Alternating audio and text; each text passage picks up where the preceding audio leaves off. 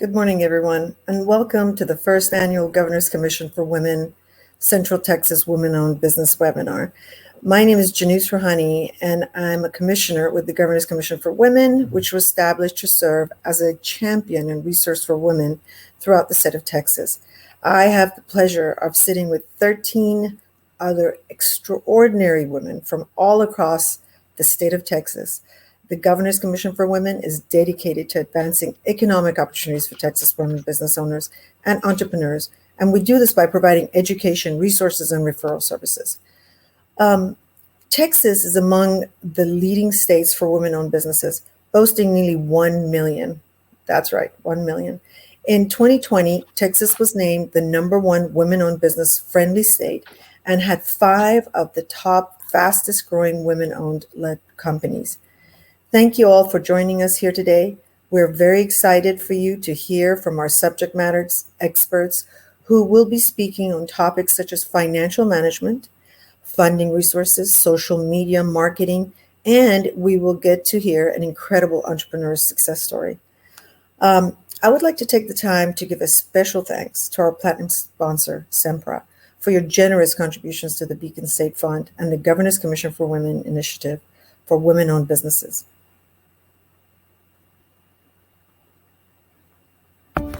Hi, my name is Carolyn Benton-Amon, Vice President and General Counsel of one of Sempra's operating companies, Sempra LNG. For those of you who don't know Sempra, we're an energy infrastructure company, and we're focused on connecting millions through the power of leadership, innovation, and technology. We're putting a lot of energy behind Texas, and we're excited to continue to expand our efforts in a state that is helping advance a better future for all.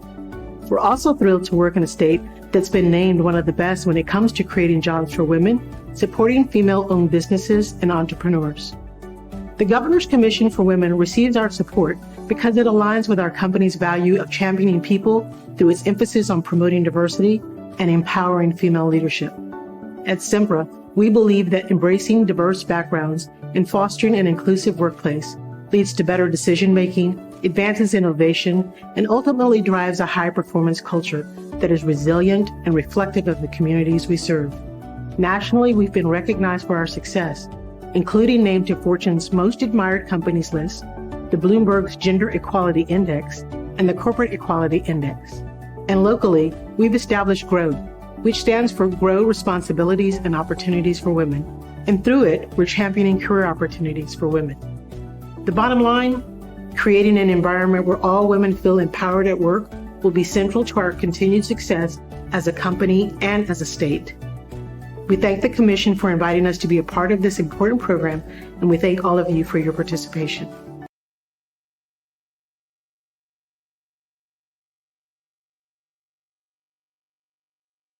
All of our sponsors and supporters, including Austin Breast Imaging Center, Westfall PR, and Minerva Consulting.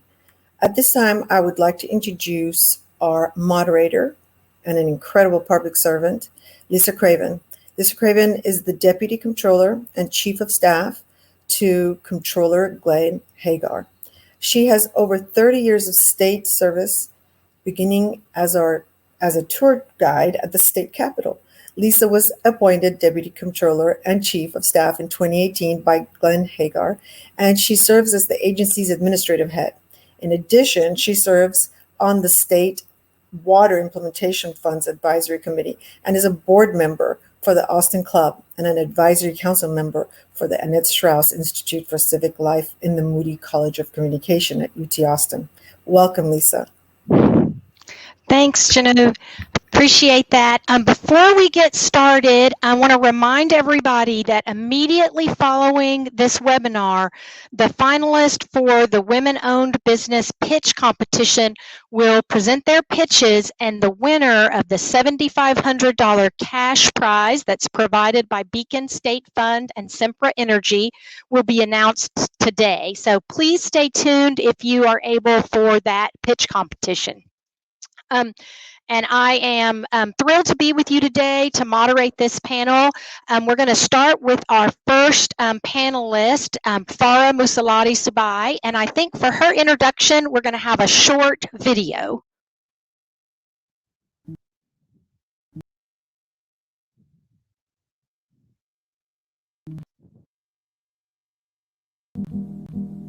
As a woman, you can overcome anything. There is no limit to what you can achieve. You just need to believe in yourself. My name is Farrah Sibai, and I'm the founder of Afia Foods. I'm originally from Syria, and I grew up in the UK. When the war broke out in Syria, my mother-in-law had hours to pack her life in a bag. So she packed her most sentimental items and personal belongings. One of those items was this black recipe book, and it's filled with recipes handed down from generation to generation. The one place she found comfort was in our kitchen, where she'd take out this book and she'd cook us the most amazing, authentic meals that brought the family together. It was that comfort that she felt back from home in our kitchen and here in the States. I thought to myself, I have these amazing recipes. I have a chance to prove to myself, my daughters, and to women out there that no matter what comes your way, you're stronger than you think, and you can start from the ground up. HEB is a dream partner. They believed in Afia when there was nothing like it on the shelf. Seeing our products in HEB's freezers for the first time was just mind-blowing. Just having them believe in us changed my life. I feel like I've achieved my dreams. If people were to hear my story and see what I've done, I would hope that that is an empowerment to other women and entrepreneurs out there. Say, hey, you know what? If Farrah can do it, I can do it.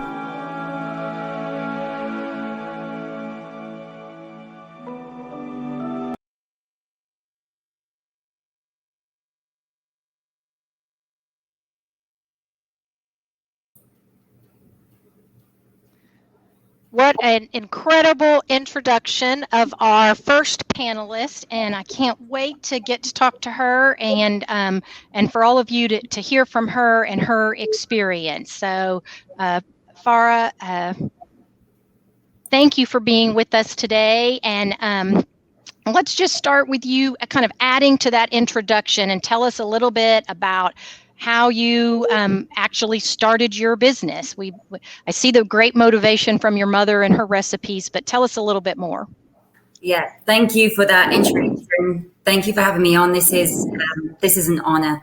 I do often get asked, why did you start Afia and what does Afia mean? Because I actually have no experience or background in the food industry. And Afia is actually an Arabic word, and it means to your health. I founded Afia in 2017, but the reasons behind me starting Afia actually stemmed from a few years prior to that. I faced adversities, and there were years in my life where I was slowly being stripped of everything my heart desired. I lost 2 of my 3 daughters. My remaining daughter was diagnosed with a life-changing kidney disease, and we lost absolutely everything we had and built in Syria. And at this point in my life, I was at rock bottom and I was really struggling. I made a decision to move to Austin with my daughter, to start over, to start a new chapter in our lives and a new family when I married my husband, Yassine, who has 3 daughters. And when I first moved to the States, I spent a lot of my time volunteering to help with an influx of refugees. I empathized a lot with their pain and struggle. It's not the same, but having gone through some of the life-changing traumas that they had, whether it's loss of children or loss of loved ones, or even having to start from the ground up in a completely new country, a new environment, in a language that they don't speak, it's difficult. And they needed all the help that they could get. During this time, my mother-in-law was also facing hardship. She had hours to pack her life in a bag before the borders in Syria closed, and she had to pack her most priceless possessions.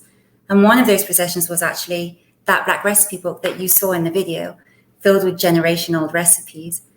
And when she arrived here in the States, she too, like the refugees, struggled. She missed her friends and family, she missed her life, she missed home. But she found comfort and she felt at home in our kitchen, where she'd take out her book and she'd cook us the most delicious meals. So I wanted to do my part and help my mother-in-law, and I'd go to our local supermarkets to try and find some frozen Mediterranean or Middle Eastern food. And I was surprised. Although Mediterranean was, and still is, the fastest growing cuisine in the States, its presence in the freezer section was missing. So I saw this white space, and I have these amazing recipes. I have a chance to start over, to stand on my feet and to show and prove to myself, my daughters who have seen me at my weakest and at my lowest, and to women out there that life is tough, but no matter what comes your way, you can start from the ground up. And I also have an opportunity to hopefully be able to build something great that supports families and refugees in the community that need help. So in 2017, Yasin and I founded Afia Foods, and we had $20,000. That's all we had to put into the company. And we started out really small in a commercial kitchen. And our journey began when we were selling in one farmer's market. And that one farmer's market was the beginning of so many like ups and downs and lessons and challenges that we had to grow through to get to where we are today, which is having our product being sold in 800 doors all around the country. Amazing. So can you talk a little bit about some of those challenges and things that you learned that might help future business owners or current business owners? Any helpful hints of struggles that you had that you can pay forward to these the next generation of women-owned businesses? Yeah, for sure. Challenges are actually part of the process. Right from the beginning, we were faced with challenges, right? And at every stage of our growth, we face challenges. And throughout all of the challenges that we face, most of them had one thing in common, and that was cash flow. Money is always tight. So we always have to be scrappy. Every dollar has to work as $5 for us. And we actually produce and manufacture our own products. So the manufacturing side of our business was extremely challenging. And when we first started out, we were actually co-packing as well. And the company approached us and they said, would you be able to co-pack our product? And it was a breaded product, and our machinery could actually form and create the product, but we didn't have any breading capabilities. So our challenge at the time was figuring out how to bread this product. We figured out how to bread it. We found a breading machine that perfectly aligned with our machinery. But the second challenge that we were faced with was it cost $6,000 to $10,000. I didn't have that at the time. So we had to put our scrappy hat on, and we actually ended up building something that actually worked for us. We bought a rotating motor, and we welded onto it like a huge round 50-inch tray, and it rotated. We were able to put bread on it, and we were able to drop the product on it and bread the product. So we were able to overcome our first challenge, which was breading the product, but we were always facing a money problem. So finding solutions to being scrappy is most of the time one of the biggest challenges that you are going to face with a lot of the challenges that you come across. I can't hear you, Lisa. Well, because I muted myself. I love that term you used that you put on your scrappy hat. I think that's something that women can relate to. Is you have to be scrappy, and you have to be thinking and nimble and all of those things. And I love the story of how you problem solved that. And our next panel is going to talk about some of those funding resources and financial management stuff. So you've set them up perfectly. So I love that too. So tell us like what moment you knew that you were really onto something. Like when was it the aha moment where you're like, this is going to work. This is actually something. Yeah. I'm sure you hear it from every entrepreneur when they say right from the start, that is actually the truth, right? I actually believed in Afia. I believed in these recipes. I believed in the opportunity, the gap in the market and the need in the community, but I needed something tangible in my hands. And that really started at the farmers market when we were selling our products, and we would sell out on a weekly basis. And we would hear amazing consumer feedback. Consumers would tell us things like, we finally found some frozen Mediterranean food that tastes delicious and that's convenient. This was encouraging for us. But what really moved the needle for us and made me realize that, yes, Afia is onto something, I'm onto something, was actually our launch at HEB. Launching into HEB, we had no idea how this product would perform because there was nothing like it in the category. But right from the word go, our sales were great from the first month, and they kept on increasing month over month, not only in Austin, but in San Antonio and in Houston. And at this point, we had put $0 of marketing into Afia or its products. So we went out to HEB with zero brand recognition, zero product recognition. However, the product was shifting. So there was a demand for it. There was a validation for this opportunity in the market. And at that point, I felt like Afia was really onto something. Oh, awesome. Okay, so we've all made mistakes, along the way. Can you talk about some of maybe the mistakes you've made that you can impart some wisdom to our women-owned businesses? Mistakes. They're part of the journey, just as successes are part of the journey. And have I made mistakes, Lisa? Definitely. I've made quite some mistakes, but I didn't beat myself up over the mistakes. What's important is that you learn from your mistakes. And in fact, for us, some of our biggest lessons came from mistakes that we made. When we first started out, we were approached by a large food service distributor, and they were interested in carrying our product. And on the surface, this looked great for us. But several months into that, it became more apparent that it was a mistake. It was a mistake because there was a demand for this product in the market for it, but we weren't known, we were too small, and we needed a food service sales force behind us. So the lesson that we learned from this was that it is key for us to scale and grow our company in a sustainable way, and that when decisions are to be made, timing must be forefront of mind. And that has been implemented in every decision that we have made as the company's grown. And the most recent large decision that we made that was based on timing was actually our brand refresh that we did last month. And if you see our new packaging and branding, it's beautiful. It really speaks to Afia. It speaks to my heritage, and it's bold and modern at the same time. But I would have loved to have this branding and packaging a year ago or 3 years ago when I started out, right? Because it's a great start, but it wasn't the right time. It was a month ago because we were preparing Afia for nationwide growth, and we needed our packaging to position us better for that growth. We closed our first round of funding. We'd reached $1 million in our first retailer, HEB, after being on shelves for only 2 months, and our distribution had grown by 340% in the last year alone. So it was a costly mistake for us at the beginning, but it taught us an extremely valuable lesson as we scaled and grew our business. Yeah, well, and what an amazing story too, the amount of growth that you've seen in your company.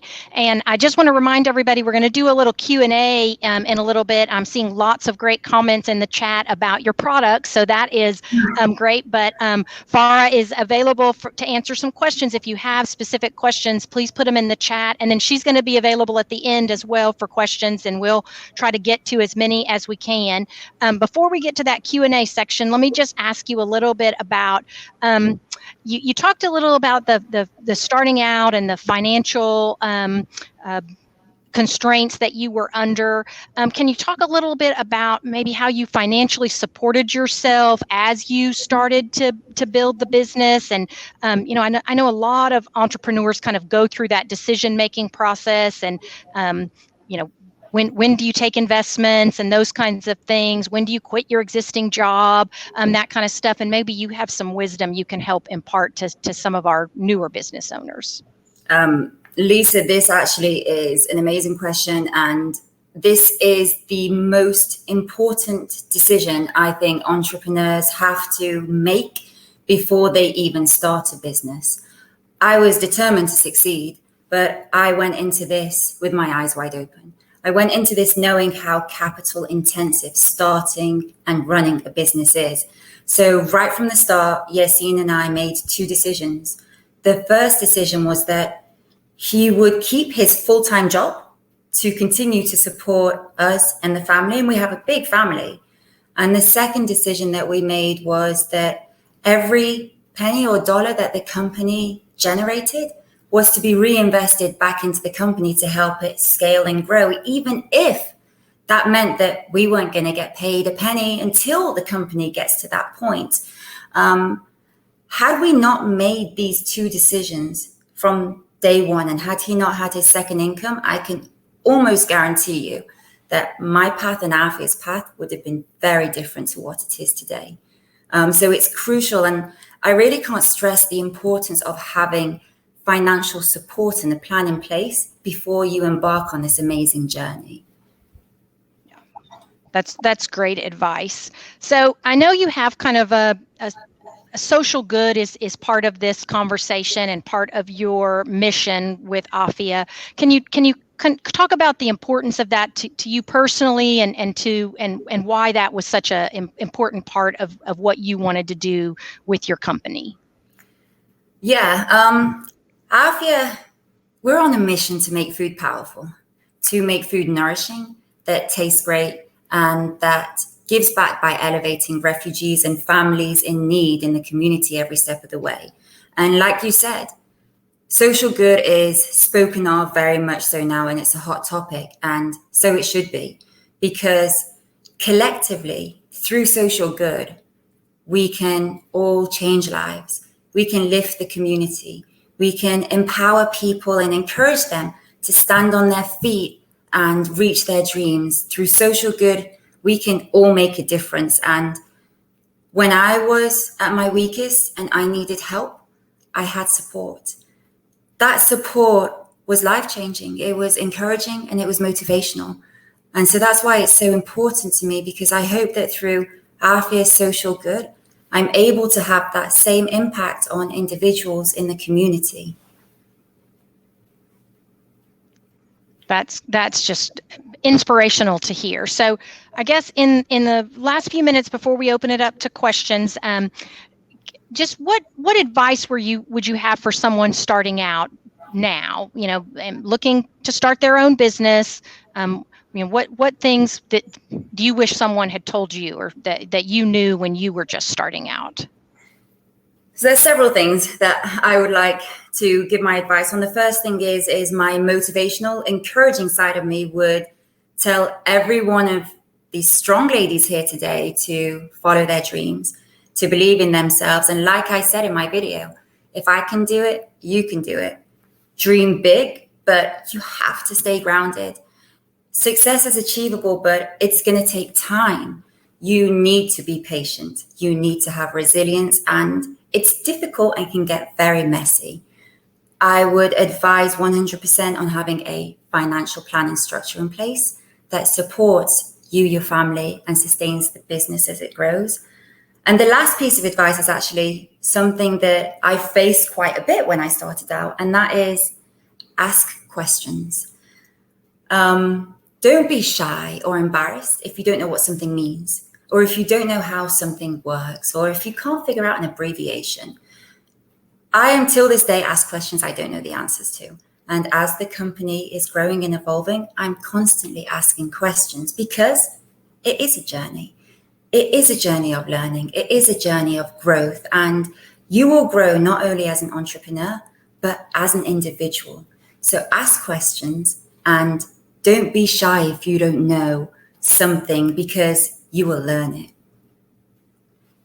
That's great advice. I think that's good for everything that you do in life. Ask questions. So some folks are asking in the chat where you're located. So tell us a little bit about where your headquarters and that stuff is. And then if you can talk a little about, I know you started at the farmer's market, and you're now in HEB. If you can talk about like tools and resources that you utilize to kind of scale up to get to that point. So sure. So we are headquartered in Austin, Texas. And our manufacturing facility is just outside of Austin, Texas. We actually run our manufacturing facilities, but headquartered in Austin.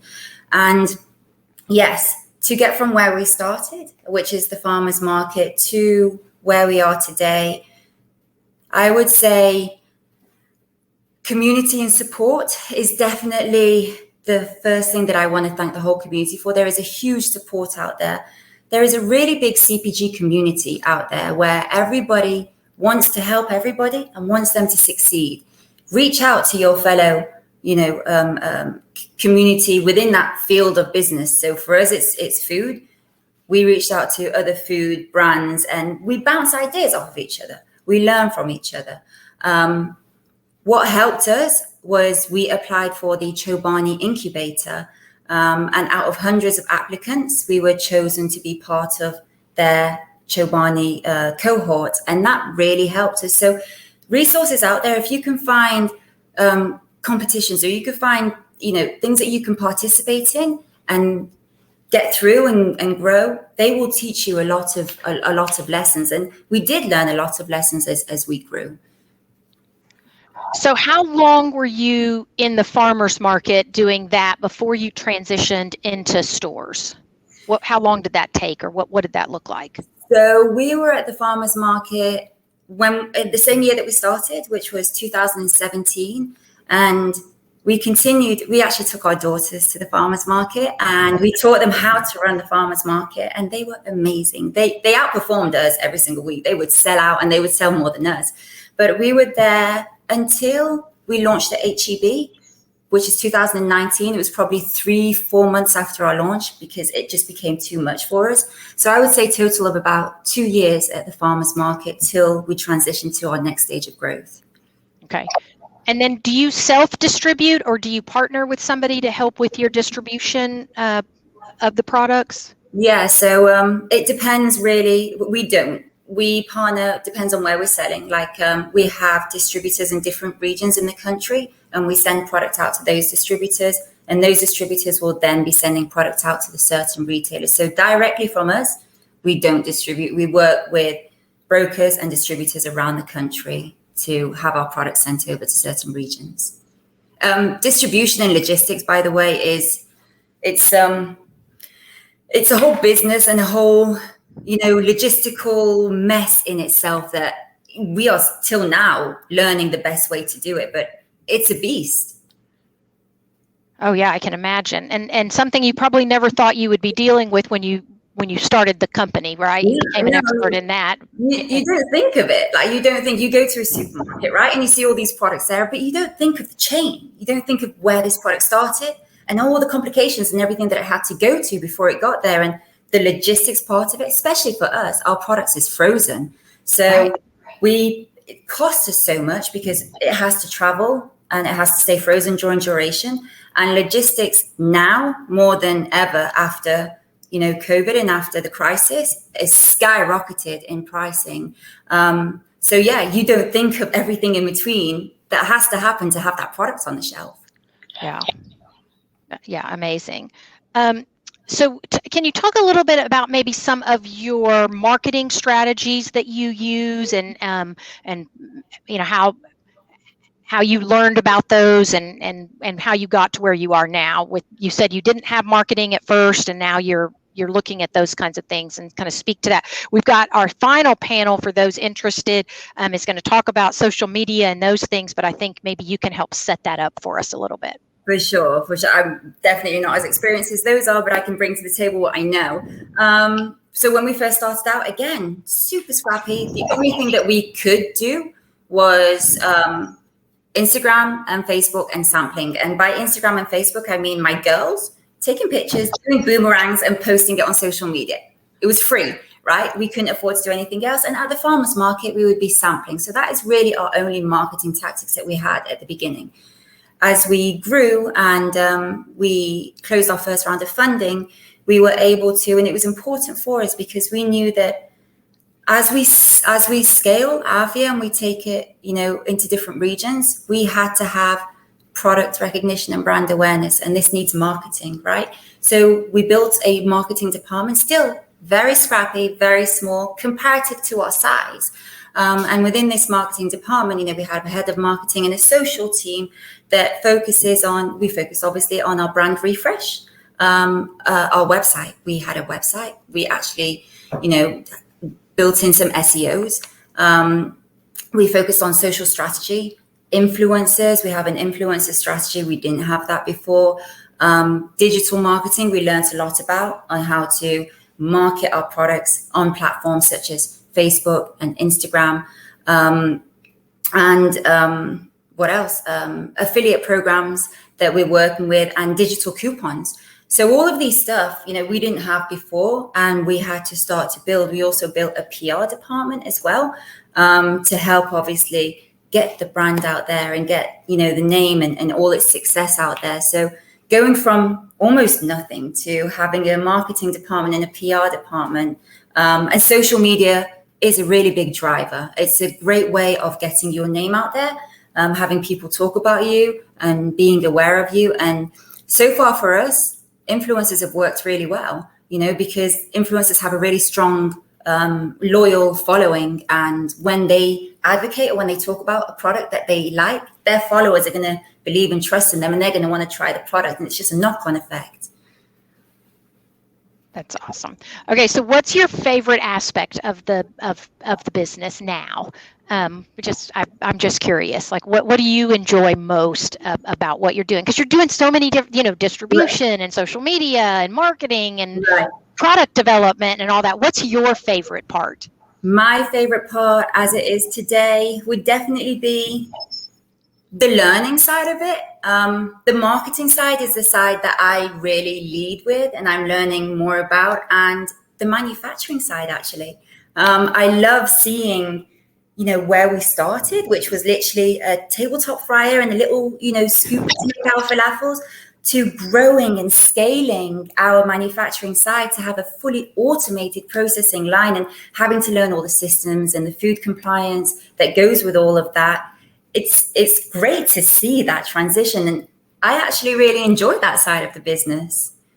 Yeah. Oh, I love that. And then I'm just gonna ask you one more question, and I don't mean to put you on the spot on this, but what's your favorite product?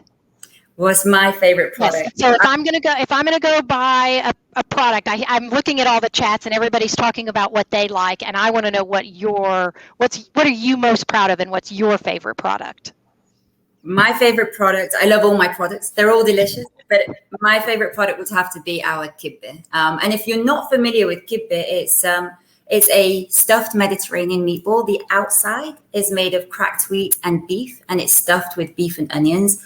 They come ready-made. All you do is heat them up in the oven, and you can have our products in any way you like. They're so versatile. You can have them with a dip, on a salad, in a wrap, on a grain bowl. And if you've not tried kibbe, Lisa, I would definitely tell you to try it. Well, and it's lunchtime, so I'm really wanting it, but it's on my list. I'm getting some. I can't wait. I can't tell you how fun it's been to talk to you. What an amazing story you have, and I am just so thrilled for the success that you've seen. I know there was a lot of hard work that went into all of that, but it's just so empowering to see women doing well and doing what they love, and you sharing your passion with us has just been incredible. So thank you so much for being with us today and for sharing all of that. Thank you, Lisa. Thank you. It's worth it at the end of the day. The journey's worth it. And I want to thank everybody as well for their support. The support got us to where we are. The community got us to where we are as well. So thank you all. Oh, that just great. Okay, hang around. She's going to be available for questions at the end, so put them in the chat and we'll continue to collect them. But we're going to move on to our next panel that's going to talk about financial management and funding resources. And I think this is really important for women-owned businesses. And Farrah talked a little bit about the importance of that, but I think we've got some experts now that are going to share some information with us. So I am very pleased that Monica Fernandes with Northern Trust and Margaret, Wilson, Wilson-Anaglia with the San Antonio LiftFund Women's Business Center are both going to join us for this next panel. I'm gonna, let me give them a second to jump on, or to turn their cameras on and turn their mics on.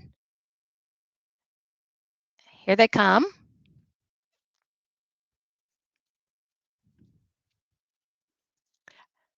So Monica, I'm going to let you start. Monica's the Senior Banking Relationship Advisor at Northern Trust. And why don't you just give us a little intro on your background and your bio, and then we'll let Margaret do the same when she jumps on. Sure. Happy to be here. Thanks for having me here, Lisa. And just a little bit about myself. I have a background in commercial banking, been in commercial banking for almost 20 years, and anything from working with real estate developers to working with small businesses to working with corporations to working with private equity firms. So kind of across the board, have a good background to kind of see different life stages of a business, the things to be aware of, and how to work with the bank. So I'm excited to be here today. Well, we are excited to get to hear some of your wisdom and advice for businesses as they're starting out or as they're trying to grow. And so, and I think Margaret's still jumping on. So I'm going to go ahead and start with a question for you, Monica, and just tell us, what are some of the questions that every small business owner should be asking their bank? So if you let's start with there, like what are some good things for them to ask as they go in? Sure. Happy to talk through it. And one thing I would recommend, no matter how small or early you've just started the business, it's really important to get a good understanding if the bank that you are going to just open up a depository account with is a good fit for you, whether it's now or in the next couple of years, because similar to how you vet your suppliers that you're doing business with or the clients that you decide to take on, it's no different as for a bank, right? You want to make sure they're the right fit for you, that they're providing you the services that you need, whether it's today or in the next couple of years, so that when that time arises, that you have the opportunity to have already developed a rapport with the bank there, and know that you're not going to possibly have to change banks when that time comes, right? So being a little bit more proactive on the front end. So some things that I would consider before maybe even open up that first account, or if you're in the process right now of evaluating what may be a good bank fit for you, some of those questions to think about are, what type of services do they offer? Do you have the need for a lot of wire transfers? Do you have a need to deposit your checks remotely? If so, what technology and different treasury banking, online banking platform do they offer? What's the cost associated with that? That's very important. A lot of banks will have more free type services depending on the size of the company, and some you'll start having a charge to maybe process wires. Another thing to consider, depending on what kind of business you're in, do you require a lot of cash and therefore need access to a bank branch that's nearby your location? Do you have a lot of change orders that you're going to regularly have to go in to obtain? So you're going to want to find a bank that's nearby. Do your employees need, do you need help with employee payroll or IRA? Some banks do offer these functions. Another thing that, I would consider just overall, just make sure that you're not going to outgrow them in the next couple of years of where you think you're headed. Another thing would be, what type of loans do they offer? Do they offer, some banks are more real estate heavy, so they like to provide a lot of real estate loans, and they don't provide a lot of working capital lines of credit for businesses. So I would ask, what is your makeup of your loan portfolio? How much of it is real estate and how much of it is just general lines of credit to businesses. What type and sizes of businesses do they work with? Are there any industries that they don't typically lend to? I think that's important because depending on the industry you're in, there are some sensitivities at certain banks where they've decided maybe they're not going to lend to that certain industry. So knowing that up front is important to know if they're a good fit for you. Do they offer SBA loans, which is a great product to tap into when you're a growing company? The banker that you're going to be working with, are they local? Will you be able to meet with them face to face? Are you going to have a direct line to them so that you can pick up the phone, number one, to just ask any questions and also to get to know them? Again, from a rapport standpoint, whether you have the need for a loan today, you may in the future. And if you can build that relationship with them prior, then having that discussion of getting a loan later is much easier, and you'll feel comfortable that you've gotten a chance to get to know them. Are there credit officers, the people that actually approve the loans? Are they local as well? Do they have, what's their approval authority limits before they have to take it to a different market to get approval? So you kind of understand what the authority of that local bank looks like, and what other people you may want to get to know before having that need. And then overall, just understanding how long has that bank been around? What's the financial health of the bank? Do you feel good if you put your deposits there today that they will be there when you need them? And so understanding the history, how long they've been established, and really the financial health of the bank is also pretty key. But bottom line, choose a bank that offers the services and functions that you need now, and take the time to think about the services you need over the next 2 to 3 years so you don't immediately outgrow them, and take time to vet the bank. Make sure you're asking these questions. Again, it's a relationship. You have, you should be asking questions. It shouldn't only then be asking questions. Oh my gosh, what incredible advice. And yes.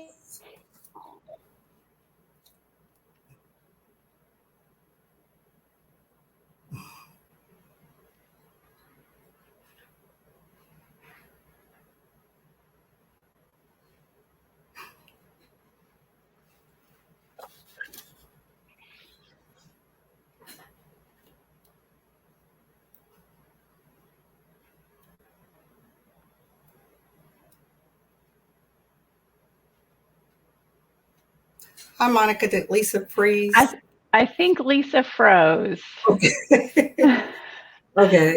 There we go. It looks like she may be trying to hop off and hop back on. I think the technical wizards are having fun this morning with us all. That's what happened with me. It actually froze. So we'll give her a few minutes to log back on as well. Well, maybe technology is at its best. That's right. Well, and maybe you could spend some time just giving your background while we wait. That's what I was going to say. Hi, my name is Margaret Wilson-Anaglia. I am the new director of the Women's Business Center through LiftFund in San Antonio. I like to say new because I've only been here since the end of May. I am people always say, well, what is the mission of the Women's Business Center? And I like to tell people it's, we empower women entrepreneurs to become successful business leaders. And what that means is that we're going to build stronger communities by building successful women in business. And people say, well, how do you do that? What we do is we're that make-ready connection. I think Farrah was really important when she said, plan ahead, be aware of what you're coming into. So that is what the Women's Business Center does. My other hat that I also wear is I'm a small business owner. I own Al's Gourmet Nuts. We are your resource and connection for corporate gifts that are going to brand your business. In addition to that, I bring over 20 plus years of experience of working with small business, working with like the city of San Antonio, and also working with the private sector. So I like to say that this job as a director for the Women's Business Center was perfect for all of my expertise and experience that I can support and continue to support small business and women in our community as well. So I'm like, okay. Great. We can moderate ourselves. Okay, here's Lisa. I don't know. I had to leave for a minute, but I didn't go anywhere. I was That's listening. Okay, good. Okay, perfect. All right. So can you, I don't know if you did this already, but can you tell us like where I can get advice on planning my new business? Margaret, maybe that's a question for you. Where can I get advice on planning and those kinds of things? Well, the number one place you can start, of course, is with the Women's Business Center. I'm going to say through LiftFund. There are a number of agencies that are out there, but I think what we bring to the table is that one-on-one business counseling. And again, as Farrah said, and as Monica said, with the business side of it, that you want to have your financials in order. But before you get there, you need to make yourself ready. What are you doing to educate yourself as to where do you want to start a business at? How do you want to start a business? What do you want to start? And as we've all learned with COVID, it's not just starting and launching a business, but it's sustaining a business. So we are here as that make ready group for you to come in, handhold. And now, of course, we're all doing everything virtually, and how wonderful we've learned to do that virtually as well as in person. So we are that resource guide that we can offer a number of tools from actual ongoing programs, training, and templates that you can use as well. That's awesome. So let me go back to Monica a little bit and let's talk cash flow for a minute. So my business is profitable, but still have those tight cash flow margins. What are things that I can do to improve that cash flow, and what recommendations would you have for business owners? Sure. Thanks, Lisa. One thing, just to give a little bit of the lay of the land, earnings and cash flow are two completely different terms. Earnings happen kind of in the present when a sale and expense are made, but cash flows and outflows can occur at a later date. So it is important to understand this difference when managing your business, because your accounting statement based on accrual will look different than your cash flow statement, but both are equally important. So I would say, understanding, the relationship between profit and cash flow and how each is calculated is step number one. Profit is shown on an income statement and equals revenues minus expenses associated with that income, and it measures the ongoing sustainability of the company. And cash flow will measure the ability of the company to pay its bills. And so in order to think through ways to improve cash flow, one thing to think about is maybe what's not showing up on your income statement that is impacting your cash flow. And items like equipment purchases, principal payments on your debt, those just a function of the timing difference of when revenues and expenses are recognized in relationship to their collection of the payment. All those things will create these variances. So, ways to think about growing your cash flow would be take advantage of any terms offered on your payables. So oftentimes, as you're working with your suppliers, you can ask them if they're willing to accept a payment, rather than maybe due upon receipt, 30 days from receipt or 60 days. And so stretching out those payables will help increase your cash flow as you wait to get paid from your customers. Another kind of vice versa of that would be asking for a discount if you pay early, if you pay, prior than what average would be for that receipt of that good. So all of this will help increase the working capital, your cash flow available, as you, again, wait to be paid from your customers. But I wouldn't suggest stretching out your payables too much, because that can also get yourself in trouble. So, somewhere, 60 days or less is a good rule of Another way to think about how to increase your cash flow is a working line of credit with your bank or through an SBA loan. Again, they're going to look at your kind of accounts receivable base and your inventory, and they're going to provide you a certain loan and advance against those assets. And that, again, is helping you bridge that timing difference between when you have to pay for that inventory and when you actually sell that good and earn the revenue from your customer. So those are a couple just different ways of thinking about how you increase your cash flow, but of course, getting a really good handle on what makes up your cash flow, and the difference between the profit and cash flow is kind of step number one. Yeah. Well, and that's something we do at the Comptroller's office is we look at cash flow for the state of Texas, the 9th largest economy in the world. And we have a line of credit to be able to pay the bills for the state of Texas and to cash flow it. And so that's something that even we do as the government to make sure that we can pay the bills as they're coming in. And it really is a mismatch in timing between when the money comes in and when the money needs to go out. And so it's interesting. It happens on large scales. It also happens on small scales. And I know that's something that small businesses really struggle with. So Margaret, I want to come back to you and kind of talk about what organizations are out there that can help the small business owners get ready to apply for that first loan, and maybe talk about some of those resources. We have some folks in the chat that are asking about virtual appointments and those kinds of things. And so if you can kind of talk about helping businesses get ready to kind of do those steps that Monica has talked to us about. Absolutely. There are a number of organizations that are out there. And first, the Women's Business Center and LiftFund, we do offer virtual appointments. I think you're going to find that just about every group, from PTAC, from SCORE, the SBA, the SBDCs, and that's kind of like the alphabet, but this is from UTSA, and all of these folks that are offering different assistance as far as support is concerned. One of the things that we do is a loan readiness quiz. And I think that's really important. Are you ready for that loan? Something as simple as an evaluation of what do you want to do? What businesses do you want to create? What market research do you need to do? I think a lot of times it's part of that make ready to get ready to ask those hard questions, because before we even get to the financial part to even create any revenue, are you able to create any revenue? That is the name of the game.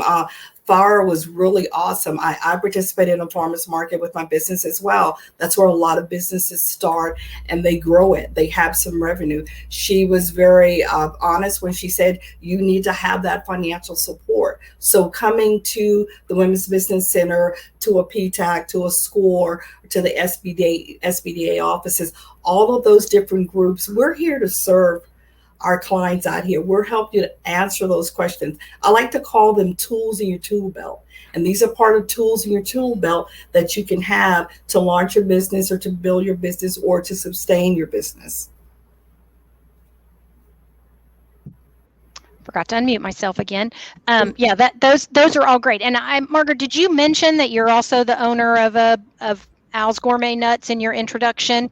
Yes, because I did. I think that's real world experience that you're bringing to your position there to help other businesses. And I think that's an important aspect of kind of what you provide there in San Antonio. So it is. And I thank you for saying that. And it has been. It's been incredible because it's one of those experiences that when someone like Farrah was talking about transportation, we all know the transport our goods now, to ship our goods, it has just grown up 100%. So those are different real life experiences that I bring to the position, and not just, I've done it 10 years ago or 20 years ago.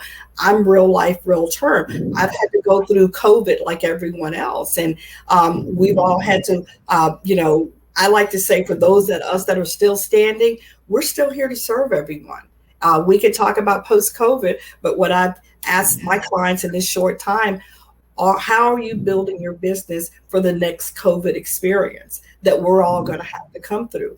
Not only financially being strong, but how are you going to cope with your team, with your employees, with yourself? Everything that we've all experienced, we've experienced this together, whether you're a small, one-man shop or Fortune 500, everyone has had to adjust. So, that's what I'm proud that the Women's Business Centers offer, all of these different programs that people can access. And by the way, they've all been virtual, and everyone's coming back. We're gonna continue on with our virtual journey. It'll be a hybrid. So again, people can access the services that they need. But I think the biggest takeaway, I want to make sure that everybody says, learn to ask questions. It's okay to ask questions. It's okay to have a dream and have a passion. It's okay to seek help. I know as women, we're always very strong. We feel like we can do and take on a lot, and we can and we do. I like to tell people I have multiple jobs. Each one of my kids is a job. My husband is a job. The business is a job. The job that I have with the WBC, my volunteer activities, is a job. That's a lot of jobs. So we can ask for help. We're here to help. We're here to support businesses, and that's what we do. That's great. And okay, speaking of the help, we talked about I'm a new business and what kind of things you provide there.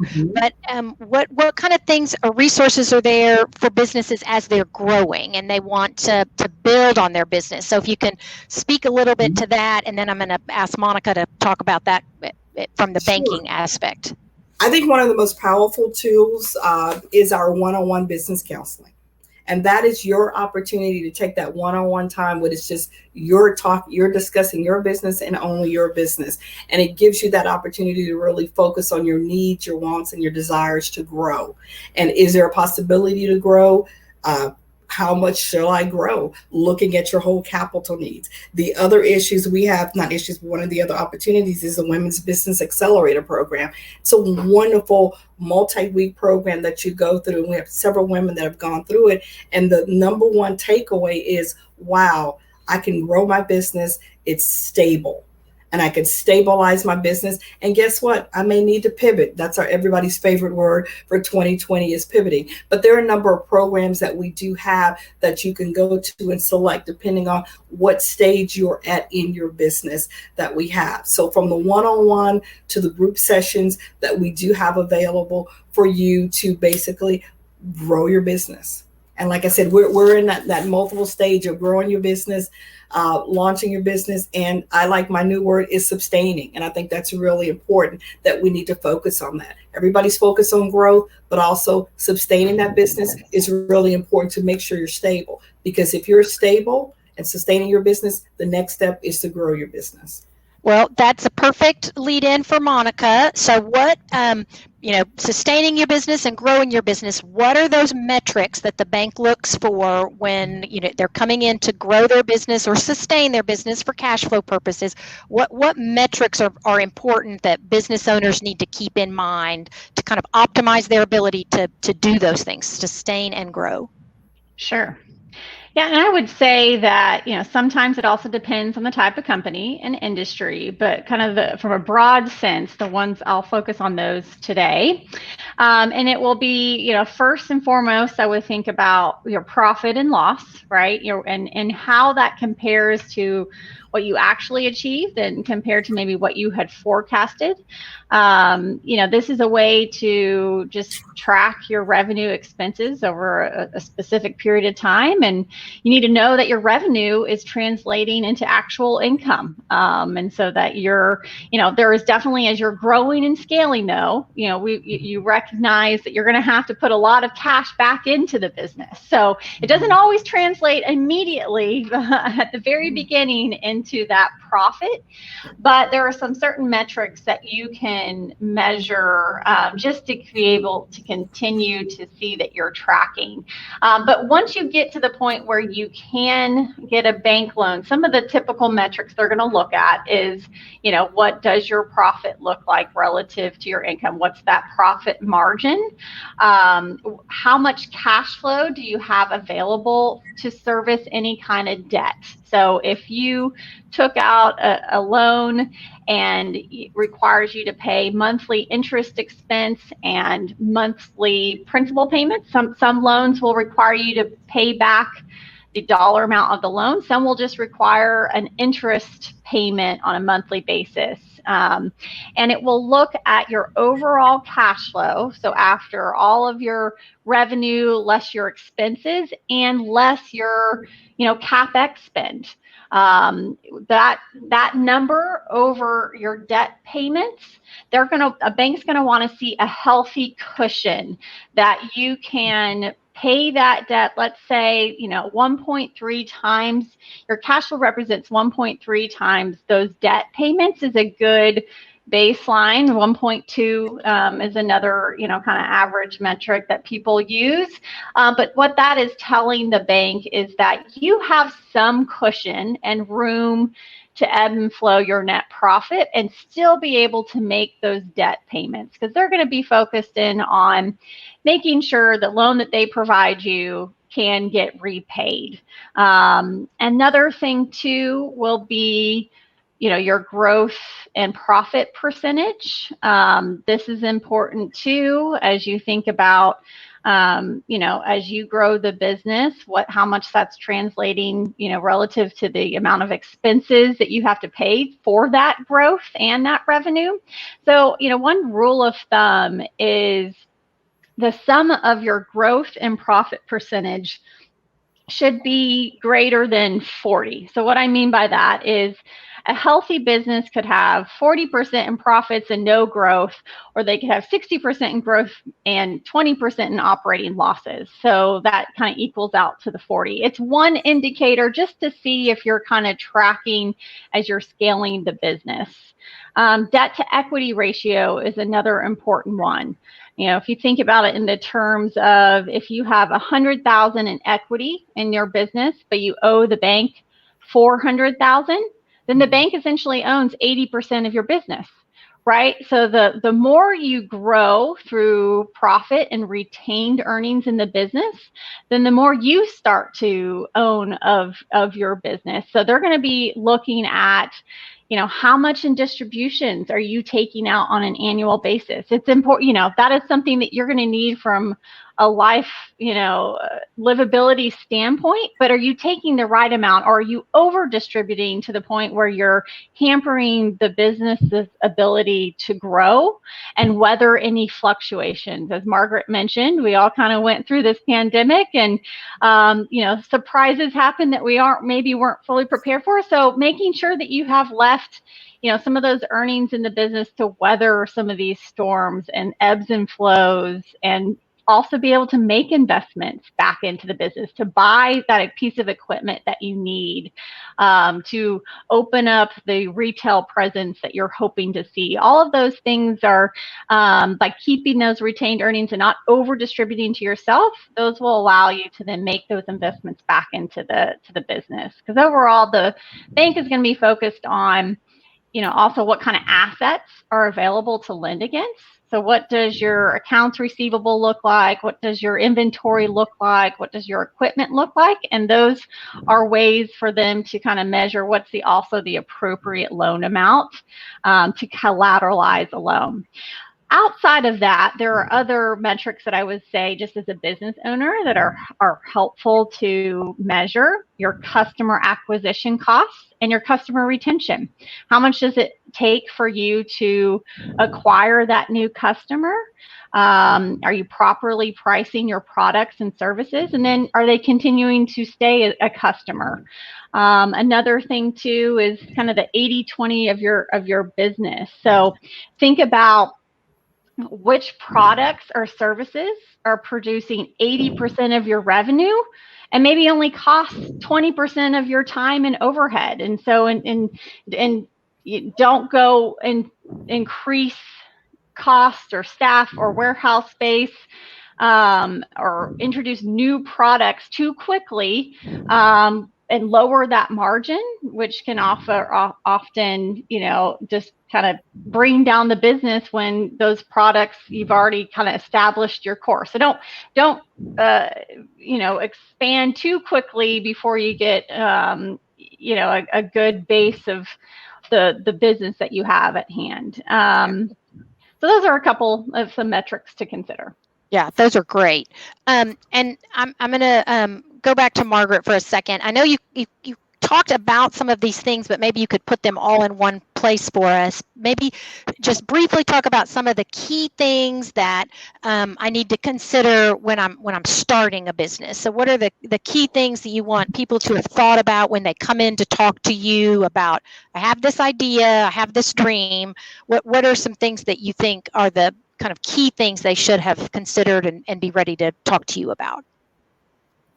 I think some of the key things include like industry, what industry you're in, the formation structure that you want of your company, what is going to be the cost to starting up that company, what kind of funding will you have available to you, your market, who's your target market? And I think that's really one of the keys. Who's your target market? What research have you done in the industry? What type of training do you need? What type of licensings and fees? Just to think about the process that you need to undertake to start this business. We all have a dream in our hearts and our mind that we start for. We need to start what I call is that checklist. And you're going to start to develop the tools in your tool belt. And one of the tools in your tool belt is the research that you're going to do. It's going to be the thought process. And I always say, like I tell myself, put it on paper. When you put it on paper, you make it from your dream to your reality. And part of that is, again, all of that, the industry, the cost for your startup, what type of business, what's your structure. So all of these things are very important, but know that when you come to the WBC and some of these other agencies, we're going to have different processes that we're going to take you through and go through. We're there to hold your hand, to walk you through these things and to think about it. So when you do go to form your business, and when you go to the bank, you're already ready. You've answered the questions that need to be answered. And this same process of when you're coming in new to us, even if you want to, as we say, increase your business, you want to take that in a different direction, we're here to serve you. And that same thought process, what's your target market? What type of funding do you have? So whether you're launching your business or whether you want to increase your business in your market, these are questions that you need to ask yourself on an ongoing basis. Oh, you're muted again, Lisa. Lips are moving, nothing's coming out. Okay, so we have just a couple more minutes, but I want to remind everybody that both Monica and Margaret are going to be available at the end to answer some questions, so continue to put those in the chat. Monica, we're getting a lot of comments on your list of questions to consider when looking for a bank. People loved that information. They're asking if you can share that, so we're going to have to maybe work with you to figure out a way that we can share that with the participants, because I think that was just a lot of really great information there. And then I do have a follow-up for Margaret, and this goes a little bit along the access to the things that are there, but can you talk just a little bit about people come in. We talked a little bit about the virtual meetings and those kinds of things. Tell us about how they set up an appointment. What's that process look like? Do I need to have an idea? Do I need to have more than that before I reach out to you? What are the steps that y'all kind of help with there? The general stuff that you're going to do, you're going to go to our website, the LiftFund, the womensbusinesscenter.com. You're going to go, and that information is all going to be put up at the end. You're going to go to our website and sign in for an appointment. And part of that appointment is going to be just basic information that we're going to take from you. And one of the things that we do and that we're really proud about, it's going to be an entrepreneur evaluate orientation. And we're going to do that in a group setting. And what that does is it helps us really reach out to more clients. So initially, we're going to go through that entrepreneurial evaluation orientation, rather. And then after that, we're going to be able to schedule a meeting with one of our great business advisors that we have available. And we have a number of business advisors that are here to serve you, including myself. So it's just a matter of literally going online, signing up Simple as that. We're going to reach out to you via email and so forth, and also via phone if necessary. But all of it is going to be an online process, and it's very simple. I've even done it myself since I've come in, and it is literally going in, putting in your information, and you're going to tell us a little bit about yourselves. And once we get to that point, we're going to start with that one-on-one sessions with you. But the most important part, I want them to take away that it's a simple process. It's not complicated at all. Yeah, that's what I was trying to get to. My question kind of went around the block before I got there. But, what's that first step for a business owner? What do they have to do? And I think you explained that very well. Well, we've got just like 1 minute left. So I'd like to thank each of you for being here. What incredible information that you provided to business owners. And I want to just give you a minute to say parting thoughts or something that, I always think of something I should have said after I get off. So here's your last shout before we come back for Q&A, but just final thoughts. Margaret, you want to go first? You're unmuted. Sure, good. I just want to say, reach out, ask questions, take advantage of the support. My staff and myself at the Women's Business Center and LiftFund, we're here to serve you. And when we say we're here to serve you, we're honestly here to serve you. Take advantage of that. What you don't know, you won't know. Increase the tools in your tool belt. We are part of the tools of your tool belt, so please utilize us and ask questions. Thanks. Monica? Yeah, I think just kind of echo the same comments. Use your banker as a resource, right? Even if you don't have a loan yet, develop a relationship, get to understand what metrics they look like for when you're ready for that first loan so that you're kind of tracking to it. Use them to ask questions of, how they see some of their successful small businesses are growing and scaling. So don't be afraid to use them. I love helping out clients, even if they're not even a client of mine. So I would just don't be afraid to ask questions, as Margaret said.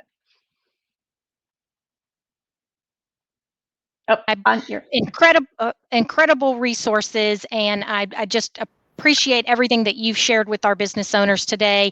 The comments in the chat are just incredible. Both you are very informative and insightful, and we appreciate all your expertise.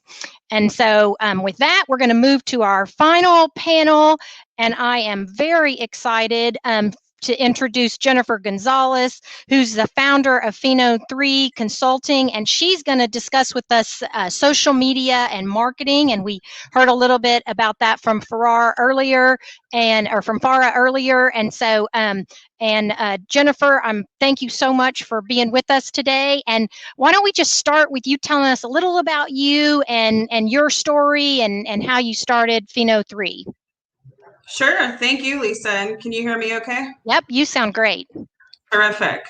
So I first want to thank everyone for their time today. This is such an honor. And, I want to thank Janice, who introduced me to this opportunity as well. I am a millennial. I was born and raised here in Austin, which is sort of rare to hear. I was born in the 80s in East Austin. I grew up on Canterbury Street. I've seen firsthand just how much East Austin has changed. Basically, what started my career is I started as an intern, and it was an intern for a magazine here in Central Texas. And that opportunity opened so many doors for me and really, really helped build my confidence. From that internship, I launched my company, Pheno3, over a decade ago. And Kendra Scott was one of my first clients, you guys. Kendra Scott! A lot of you may not know this, but her equity firm actually purchased her around 2015, 2016. And I was able to help her business before that equity firm purchased her. And that is just incredible because I was able to be one of many people that contributed to her success before that equity firm purchased her. One thing that drew me to the Kendra Scott brand that's a big part of my story is I am a cancer survivor. I had cancer at the age of 26, and I've been in remission 13 years this November. I was seen at Texas Oncology and the old Brackenridge, which is now torn down. And, you know, going through cancer is what really drew me to the Kendra Scott brand, because she cares about the community. Another big milestone in my company launching was I actually was a part of Governor Greg Abbott's inauguration in 2015. I was asked by the Abbott team to be a part of that preparation. And I have this picture framed here in my living room, and it was such an honor. Oh my gosh, what a great story, and I love hearing the native Austin and folks are putting in the chat. I think those might be rare and endangered individuals now. So I love that. So tell us a little bit about what is content marketing strategy. What is that? Why it's important? Let's get into this whole social media and marketing strategy stuff that you do so well. Thank you. Before I address that question, I did want to mention one last thing. Okay. If you don't know what Phenol-3 means, it's actually the chemical compound for iron nitrate. I picked that name because as a cancer survivor, I'm a very strong person.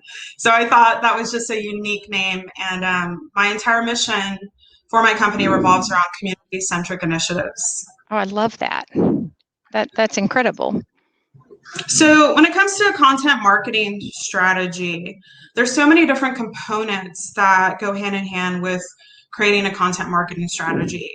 Defining your goal, building a structure, making sure that you have a solid team. Now, one thing I know is corporations often have a creative team of like 20 people. Well, when it comes to small businesses, it's only about 2. And they're lucky if they have the budget to outsource someone like my firm. Lucky for them, I actually help small businesses and nonprofits. I help them with their budget. So if they can't afford something, I work with them. During the pandemic, we provided a lot of free services for a lot of small businesses. When it comes to a content marketing strategy, making sure that you're prepared in advance, planning ahead is extremely important. We are about 6 months away from Christmas. Well, in the content marketing strategy world, we're right on time for creating that strategy, July. You don't want to start it in October. A content marketing strategy can seem extremely intimidating because there's a lot of brands out there to compete with, even if they aren't even your direct competitor. A lot of the brands out there, they have incredible content, like Anthropology, which is a corporation. And approaching the content marketing strategy with confidence and making sure you don't compare yourself to the other brands is really what will get you to the top. Oh, you caught me taking a drink. Okay, that is great. So tell the truth. I know you are.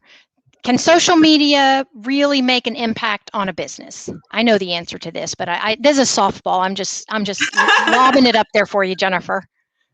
Give us social media? I'm on Instagram, but that's about all I am on. Really, just to stalk my children. But hey, I have an app for that. Okay, so when it comes to social media making an impact, I need people to understand that Gen Z and millennials, it's what it's all about, especially Gen Z. Gen Z really care about human value, community-centric initiatives. Gen Z really care about brands that are trying to change the world. If you remember, I would say probably by 2008, the only 2 brands that were really doing community-centric strategies was Tom's Shoes and Goodwill. Remember, Tom's Shoes started out with buy a shoe, we give a shoe. And then, of course, you had the Cheerios boxes where they'd help the schools. And now every company is revolving everything they do around community-centric strategies. So when it comes to social media making an impact, absolutely it can make a difference. Know your target audience, build an audience alignment strategy so that you're accurately targeting Gen Z and millennials through your social media strategies. Oh, that's awesome. So what are some of the things that a business owner can do to keep their brand visible? Like what are the recommendations that you have? I'm starting out a business or I want to grow my business. What are those things that the business owner can do to keep that visibility up? So during the pandemic, I know a lot of businesses rushed to social media because people couldn't go anywhere. They rushed to social media to create an online presence. And now post-pandemic, it's even more important to apply that brand audit and social media audit. See, what the different stages are, how they've evolved since the pandemic began and now, and where you're headed in the next year. In order to keep your brand more visible, it's important during that brand audit to really break down the components of your ecosystem, dissect them, unfold them, and then put them back together and rebuild it, break it down again at least 3 times, because there's something that you're going to find in there that you didn't see before, and light bulb's going to go off in your head, and you're going to say, oh, I never thought of that. And that's what is going to be the explosive moment. Also, a lot of businesses, they need a rebrand. They need a refresh. The pandemic just completely wore them down, and you can see it in their content. So in order to keep your brand visible, don't hesitate to build an influencer strategy and some partnerships with other companies that align with your target demographic. Oh, that's great advice. So talk about a little about digital marketing, and can it be done without a huge cost investment or a large cost investment? I know Farrah earlier talked about she started out with her daughters doing Instagram videos and that kind of stuff, and so talk about the cost element, but also some hints and helpful things for small businesses to kind of maximize that bang for the buck. Yeah, Farrah, so inspiring. So yes, digital marketing can actually be done with a 0 budget, believe it or not. And the best way to approach that is, once again, partnering with other companies that align with your target demographic, especially if you're a nonprofit and a small business, because a lot of companies right now are supporting each other. So for example, Treaty Oak Distilling, they are a big company here in Central Texas in Dripping Springs. If you are a small business restaurant like Black Sheep Lodge and you want to partner with Treaty Oak, there's a big chance that they're going to partner with you, and they're going to share that social media presence with you. They have over 50,000 followers. So imagine what that could do for a small business that only has 2,000 followers. By tagging Treaty Oak and them tagging the restaurant, that is how you build a social media plan if you don't have a large cost. Another way is by collaborating with influencers. There are so many influencers right now, including a very good friend of mine, Rachel Holton. She's with Austin Foodstagram. She actually worked with a small business client that I brought to her, and she did not charge for that small business client. There are influencers that have compassion towards what these small business owners are going through. Reach out to an influencer and ask, hey, will you share my posts? There's a good chance that they're going to do it, and they're not going to charge you $300.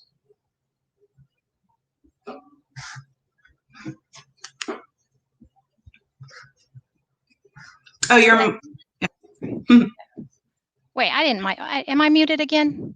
No. Oh, I can hear you great now. Okay. I was like, I didn't think I muted myself. Okay. Can you talk about like resources that are available for small business owners that have that limited marketing budget? I know you talked a little bit about the partnerships and those kinds of things. What other resources would you direct them to? There's so many resources. As many of you know, there's networking groups in your city, but also being aware of virtual and in-person events is really important. Forbes just had a female-ran empowering marketing virtual seminar a month ago. Sign up for Forbes, sign up for Business Insider. They will send you updates of when they're having these free virtual seminars, and they'll go right into your email. If you're like, I don't want 100 emails, make an email just for this. Like, call it networking with your name at gmail.com. That way, all those emails, opportunities for educating yourself will drop into that email address. One thing that we are very lucky to have here in Austin is called the Riveter. It's a female-ran organization in downtown Austin. I've worked with them the past 2 years. Their events are absolutely incredible, and they're always considering speakers for their events. And they are a nonprofit. The Riveter has a lot of virtual events as well, so get involved with them. Most major cities have classes specifically targeted to small businesses. Austin had them up until the pandemic, and they're going to start again at some point, but they're actually inexpensive. And then last, I would suggest HubSpot Academy. HubSpot Academy is an absolutely phenomenal academy that gives you so many different options with courses from all sorts of different topics, from marketing to learning charts and data analysis. The list goes on.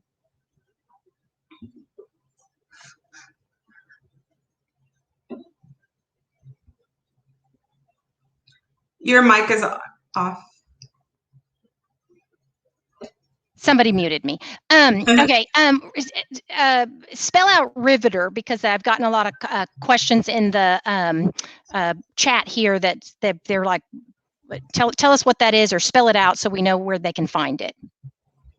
Riveter is Riveter. The Riveter is located in downtown Austin. Okay, perfect. I think people can find it there. And HubSpot is the other one you mentioned. Where do we find that? Yeah, HubSpotAcademy.com. Okay. And then can you just talk a little bit about the different social media platforms and how businesses determine which one is the most effective for them to put their time and effort into, and what are the decision points there that they should be thinking about? So if you've ever wondered what's the difference between like Instagram and Facebook and Twitter, well, Instagram is more used for a visual storytelling tool. More Gen Z use it, to be honest, than millennials. Facebook is more about creating conversations, and Twitter, obviously, it's about, being known, creating conversations, and sparking something really, really amazing to the community and to the world. One thing I also want to mention when it comes to all these social media platforms is often business owners think it's just about creating new followers, and we can get lost in that because, of course, the point is you want new customers, new followers, but it's important to keep your current followers engaged, keeping that content consistent so that you create new followers and keep those current followers engaged really goes hand in hand with creating a content calendar and a content marketing strategy.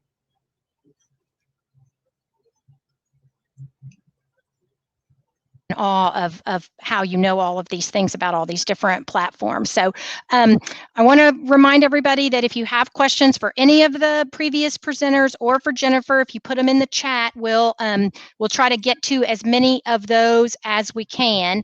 I'm going to give Jennifer one last chance to talk about maybe some of the common mistakes that business owners make on social media. And so if you can just maybe give us some lessons learned or common mistakes that we can look out for, and then we'll move to the general chat, general questions and stuff.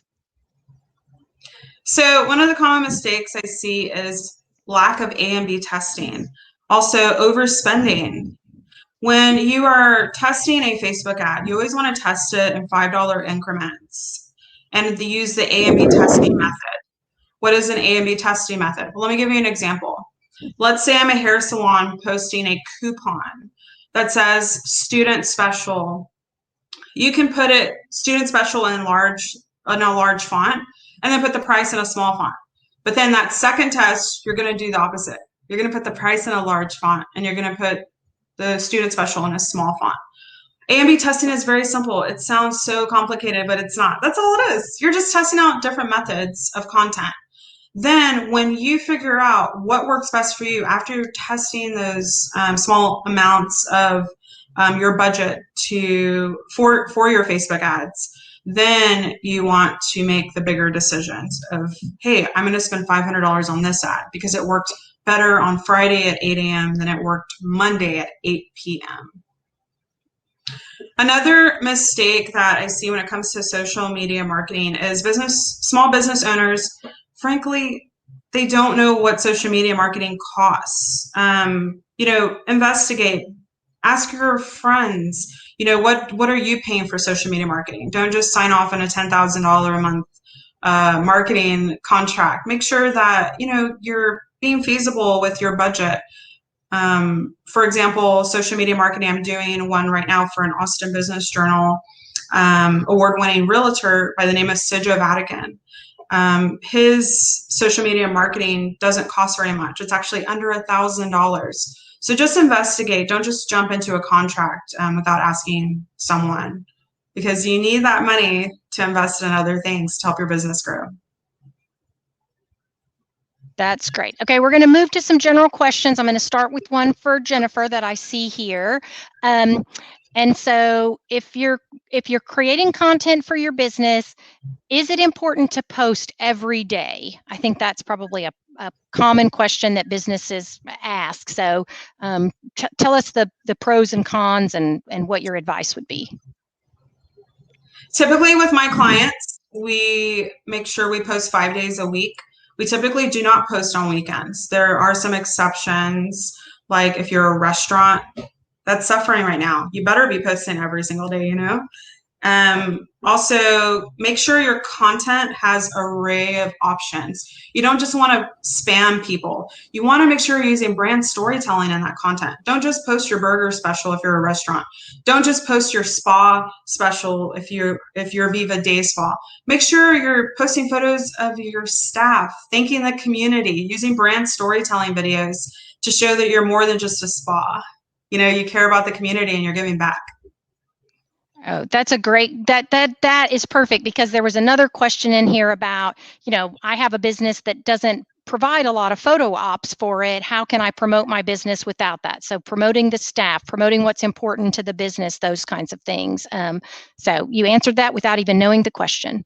I guess is are Margaret and Monica and Farrah on as well, or I don't want to ask them questions if they can't answer. Oh, yep, here they come. Okay, let's see. Farrah, a question you mentioned, an affiliate program, and someone is asking, what is an affiliate program? If you can answer that. So an affiliate program is it's quite simple. It's basically an influencer that you are working with, that you have an agreement with, and you give them, for example, a code. And when they promote your product on their Instagram or their feed, if somebody uses the code on our website to purchase a product, it gets tracked back to that influencer, and that influencer gets a cut or a cost or whatever you've agreed upon.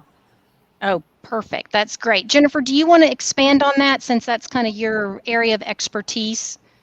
Any Repeat suggestions? the question. So she was talking about an affiliate program and you use an influencer using a code that then they can track on their website. And so what advice do you have for businesses in doing that, or using affiliates, those kinds of things? Yeah, absolutely. So when it comes to creating those codes, make sure you're writing out a contract with those influencers. Also, make sure you're building a follow-up strategy. We don't just want to give an influencer a code and see what happens. You want to make sure you're evaluating the ROIs. You want to make sure that you're staying in touch with that influencer even after this code expires, because you want them to be a brand evangelist for your company. And make sure that code is aggressive. If you just give someone a $5 code, there's a chance they may not use it, especially if you're using it for like your Airbnb that's $300 a night. A $5 code isn't that intriguing.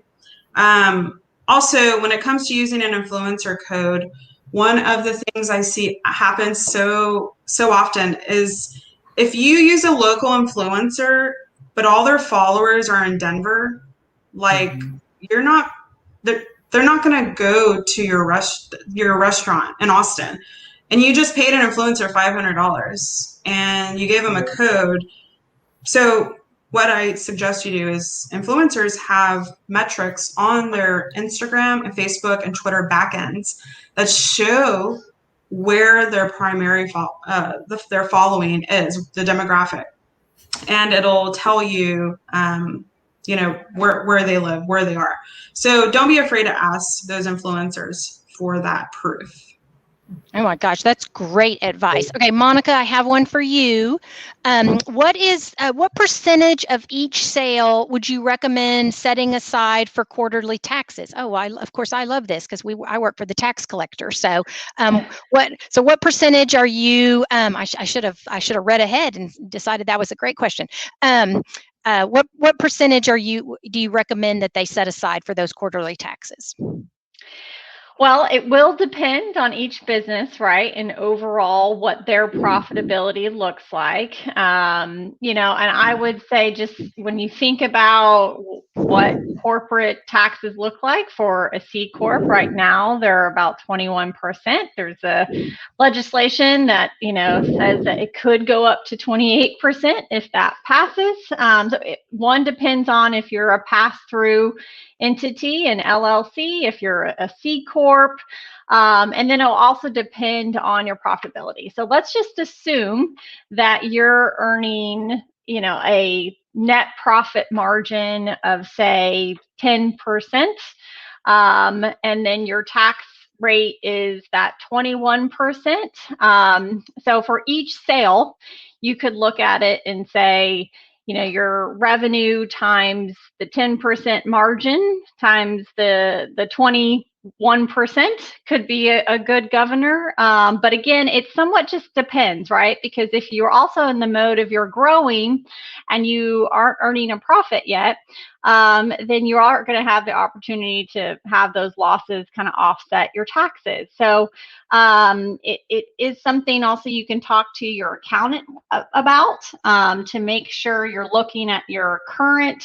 revenue relative to your forecast and where you expect to be, because that also will change your taxes. So I know that doesn't give a kind of clear guidance of exactly what that amount you should set aside, because it is going to depend on your business and what the state of your kind of income looks like. So I would suggest, talking to your banker or talking to an accountant, looking at your projections to just kind of get a better handle of what that appropriate amount should be. Oh, yeah, that's great advice. Let me put in a plug for the Comptroller's office while on the heels of that good advice. We have a ton of resources that are available to business owners on our website. And so it's Comptroller, and that's COMPTROLLER, spelled comptroller.texas.gov. There are tutorial videos, there are podcasts, we have webinars, we have in-person seminars that we do around the state. There are toll-free numbers that are on there that are based on the tax type, depending on what your business is and what tax you need to be collecting. So there's a ton of resources that are available there for business owners. And so I want to direct you to there and put in a shameless plug for our agency and what we're doing out there to help businesses grow. I mean, that's an important part of the Texas economy, and we want to see those continue to grow. So that is a good resource for you out there. And let's see, for everyone, I guess we'll take turns answering this, but somebody asked about if you ever felt imposter syndrome during your journey. Like I'm not quite really there. I guess that's a fake it till you make it deal. But let's start. Farrah, you want to start with that and kind of talk about that a little bit? Well, yeah, if we go by the approach that you said is you fake it till you make it, you just have to believe, and you really have to have that conviction and that determination that the road and the path that you're on and your vision is 100% correct. And it's hard along the way, you're going to get disheartened. You're going to get a lot of no's versus some yes. So you just have to have conviction and believe that where you're going and the path that you're on is right. And I wouldn't say fake it till you make it, but have conviction. Margaret, you want to talk a little about what advice you give businesses when they come in, and they're struggling maybe, or trying to make those big decisions? I think, first of all, to recognize that there is a struggle. I think, like Farrah said, that this is an entrepreneur's journey is a struggle. Let's just face it. If we're very honest with ourselves, it is going to be a struggle. But if you have that conviction, you have that determination. And again, you will always hear me say with my clients, what tools do you have in your tool belt? And the more tools that you have, the better that, if you want to call it fake it till you make it, you can do that. But know that there will be, and I don't like to call them adversities, I like to call them opportunities for growth. If you run a business, you will have opportunities for growth every single day. Some days they'll be so small, you're like, oh, no problem, I can work through this. Other days they'll look like Mount Everest, and you think that you can't get through them or over them. And then you figure out, you take a deep breath, you pause. Sometimes you have to re-hit the set button and say, you know what, we're going to start all over again. And it doesn't mean that you're going to quit or you're going to fail, but failure is just an opportunity for growth. It lets you know that you can keep going. And my grandmother used to always have this saying, if she wakes up in the morning and she go to the restroom on her own, it's going to be a great day. So I tell my clients, hey, look, you got up, we're communicating, we're going to get through this. And just know that you can get through it with the determination and with the conviction of, where you're supposed to be and where you want to be. Yep, that's great.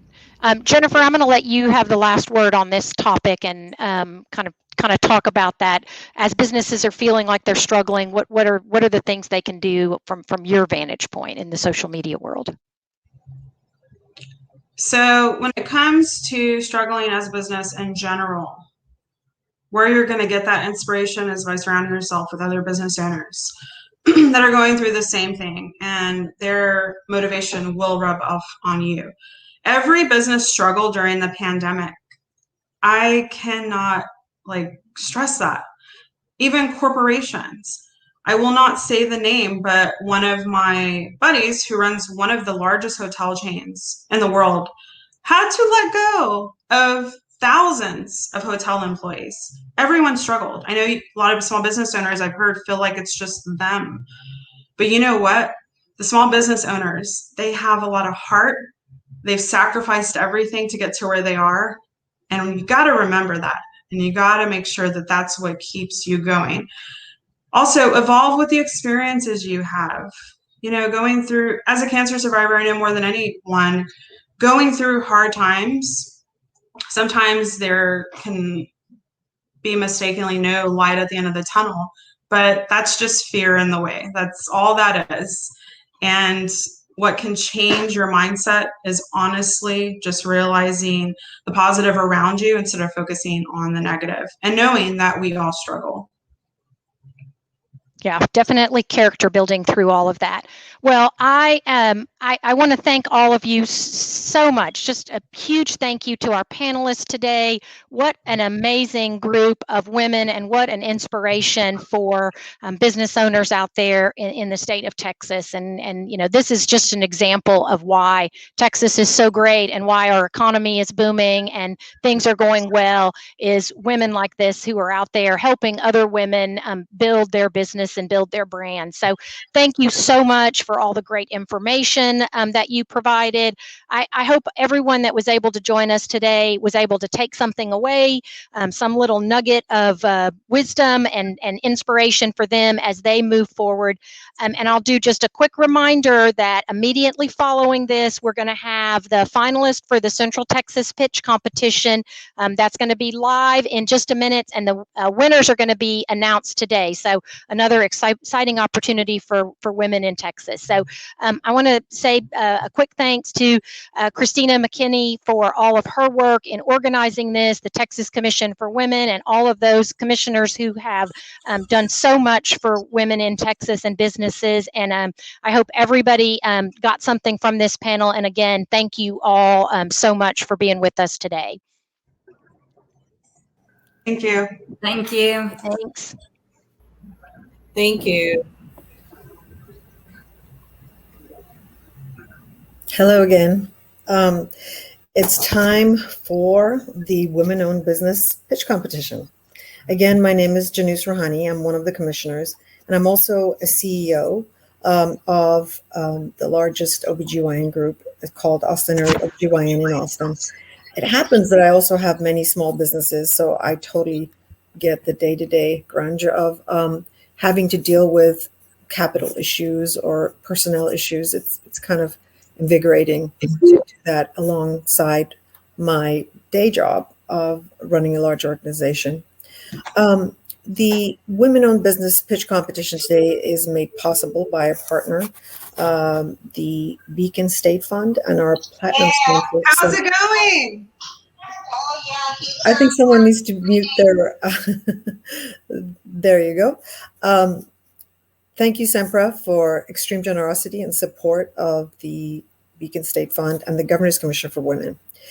Today we'll be hearing from our women-owned businesses right here in Central Texas who had to pivot or make a change in unprecedented times. During COVID-19, you remember that? We understand the significant economic impact endured by small businesses during COVID-19, and we're in awe of all the women business owners across the state of Texas for their resilience, problem solving, and creative skills. So we wanted to bring their information to all of women of Texas. And before we hear from our finalists, I would like to quickly introduce our panel of judges who actually scored the pitches that were provided. First is Gail Summers Page, venture partner at Turret Capital Management, and Carla Hattler, owner and founder of Looker, a luxury nail salon studio with 2 locations here in Austin. And then I, as a commissioner, I'm also scored the pitch. Now, we will be hearing from each finalist as they summarize the changes they had to make during the pandemic. Each judge will have the opportunity to ask a question or 2. Once all finalists have presented, the judges will take a moment to submit final scores, and the winner will be announced today at the end of this webinar. The first pitch that we will hear is from Dana Hyde, owner and operator of Hyde's Hen House. Dana, are you on?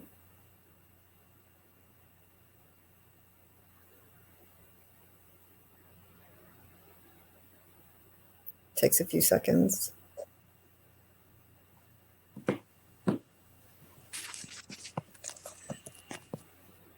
We're waiting for Dana Hyde to give her pitch.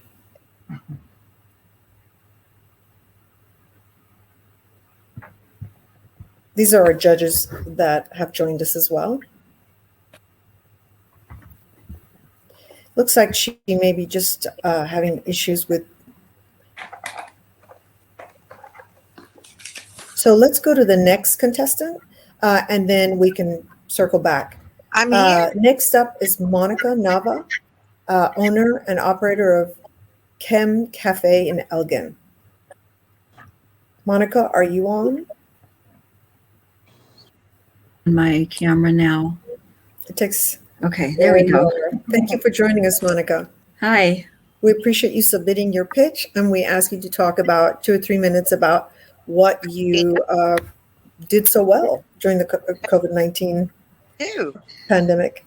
Okay, well, first of all, I just want to tell you all Yes. how happy I am to be here, how excited I am at the opportunity. And I didn't realize how emotional I would be during all of this, because this has been a year that you feel like you're alone. And this group of women coming together and seeing everybody make comments and everything is really, I'm having an emotional day, so I apologize, but it's just been very inspiring for me. And I feel so thankful to be a part of everybody's, journey and comments and just feeling like you're not alone. So I just want to thank you all for putting this together and helping each other. It's just made me feel it's been a rough even month this month. So I just want to say thank you. Now, my shop opened, it was 2 years yesterday, it was my 2-year anniversary. And I opened a coffee shop about 25 miles east of Austin in Elgin. It's a very fast growing community. We're expected to have a lot of growth over the next few years because of the, growth in Austin. And I thought it was a 3-year planning for me. So for 3 years, I worked on buying equipment, used equipment, and I just worked on my business plan, and I really did everything I could to source as much information as I could. I've never owned a business before. I just thought I work hard for other businesses and I want to work hard for myself. And I saw the need for there to be a coffee shop. There was no coffee shop. Starbucks just opened a few months ago in Elgin, so I do have that competition. And, I've just really struggled to be a pillar of the community because I believe that the community is amazing, and my customers have been amazing, and they've been regulars, and they've helped get me through this past year. But what I specifically did was the design in the coffee shop. I wanted it to be educationally inspiring. I wanted people to walk in, and the name Chem Cafe is based off of the periodic table of elements. So it's letters from the periodic table. Even if it was just that little piece of learning, I wanted somebody to walk in and say, what does the name mean? And give them a little bit to learn by. And I have a bookshelf in there that I hand selected books over the 3 years that I planned on the shop to be coffee table / educationally, fun books. So I very proudly have my bookshelf displayed. And then once I opened, and there was a slow moving, success to it. And then the pandemic hit. I also kept a part-time job until I was let go because of COVID and all that. But I kept a part-time job so that I could ensure that the business would be okay, and I can, buy things that I needed to buy for it if I saw the need for it. So that was my security. And once I lost the job, it was very scary for me, but I was thankful for all of the opportunities that came up, and it forced me to do things that I probably wouldn't have done otherwise. I'm very careful in all the decisions that I've always made in my life. So it's hard for me to just jump and say, well, let's bring in a refrigerator and let's see if people want to buy things from here instead of standing in line for an hour outside of a grocery store. So, we brought in a refrigerator and we sold everything from lunch meat to full-size milk. And when people couldn't find bread, I sold flour, and I gave away a can of beer to make beer bread. And, there was just things that we did to make sure that everybody was still okay and comfortable. I kept the Wi-Fi on, so if people needed to come once we were able to sit inside again of the coffee shop, I had so many people coming in and doing their work or doing their homework because they didn't have Wi-Fi. We live, in a somewhat or rural area here, so a lot of people in Elgin do not have Wi-Fi. So I kept the Wi-Fi open, and I stayed open 7 days a week. So my hours have been consistent, and I also changed lately. I was during the snowstorm. We had a fundraiser, and we had so many customers come and help me deliver groceries for customers who called me during the snowstorm and said, "Are you open?" And we weren't open. I mean, nothing was open, and I couldn't. I was sitting in my apartment in the dark, and I saw the need for help in our community. So I put out a little Facebook ad or blurb and said, hey, I want to give all these things that are going to go bad away, and then some, and but I need help in replenishing it. So I had triple-fold what I asked for back in return. So then that allowed me to go back to the warehouses and buy bulk lunch meat and bread and, dog food and diapers. And I had so many people coming in and just putting things together in the daylight hours when we had no electricity and it was cold in the coffee shop. But I had customers coming in and helping deliver things to people in our community. And I was actually featured on KXAN and CBS, and just from somebody who saw that. So I was very grateful for that. And afterwards, I did gain some customers that way because, you know, our community is very small and tight knit, and they came in and they thanked me. And that was it was an inspiration for me to keep going and keep doing better and keep trying other things. So I then applied for an alcohol license, which I just got approved for, so that I can also now be open later and provide a space where people can come and sit down and after work and enjoy a little bit of companionship with their neighbors and just have another place to go, as well as leasing a roaster so that I can roast our own beans in-house and try to sell that and be proud to be a local coffee shop roaster. So there's a lot of things that I've done that I would not have done otherwise. But I think for me, what I've learned is that there was a need for us to just be there. I knew that there was a need for a coffee shop, but I didn't realize the need for us to be there as a community place.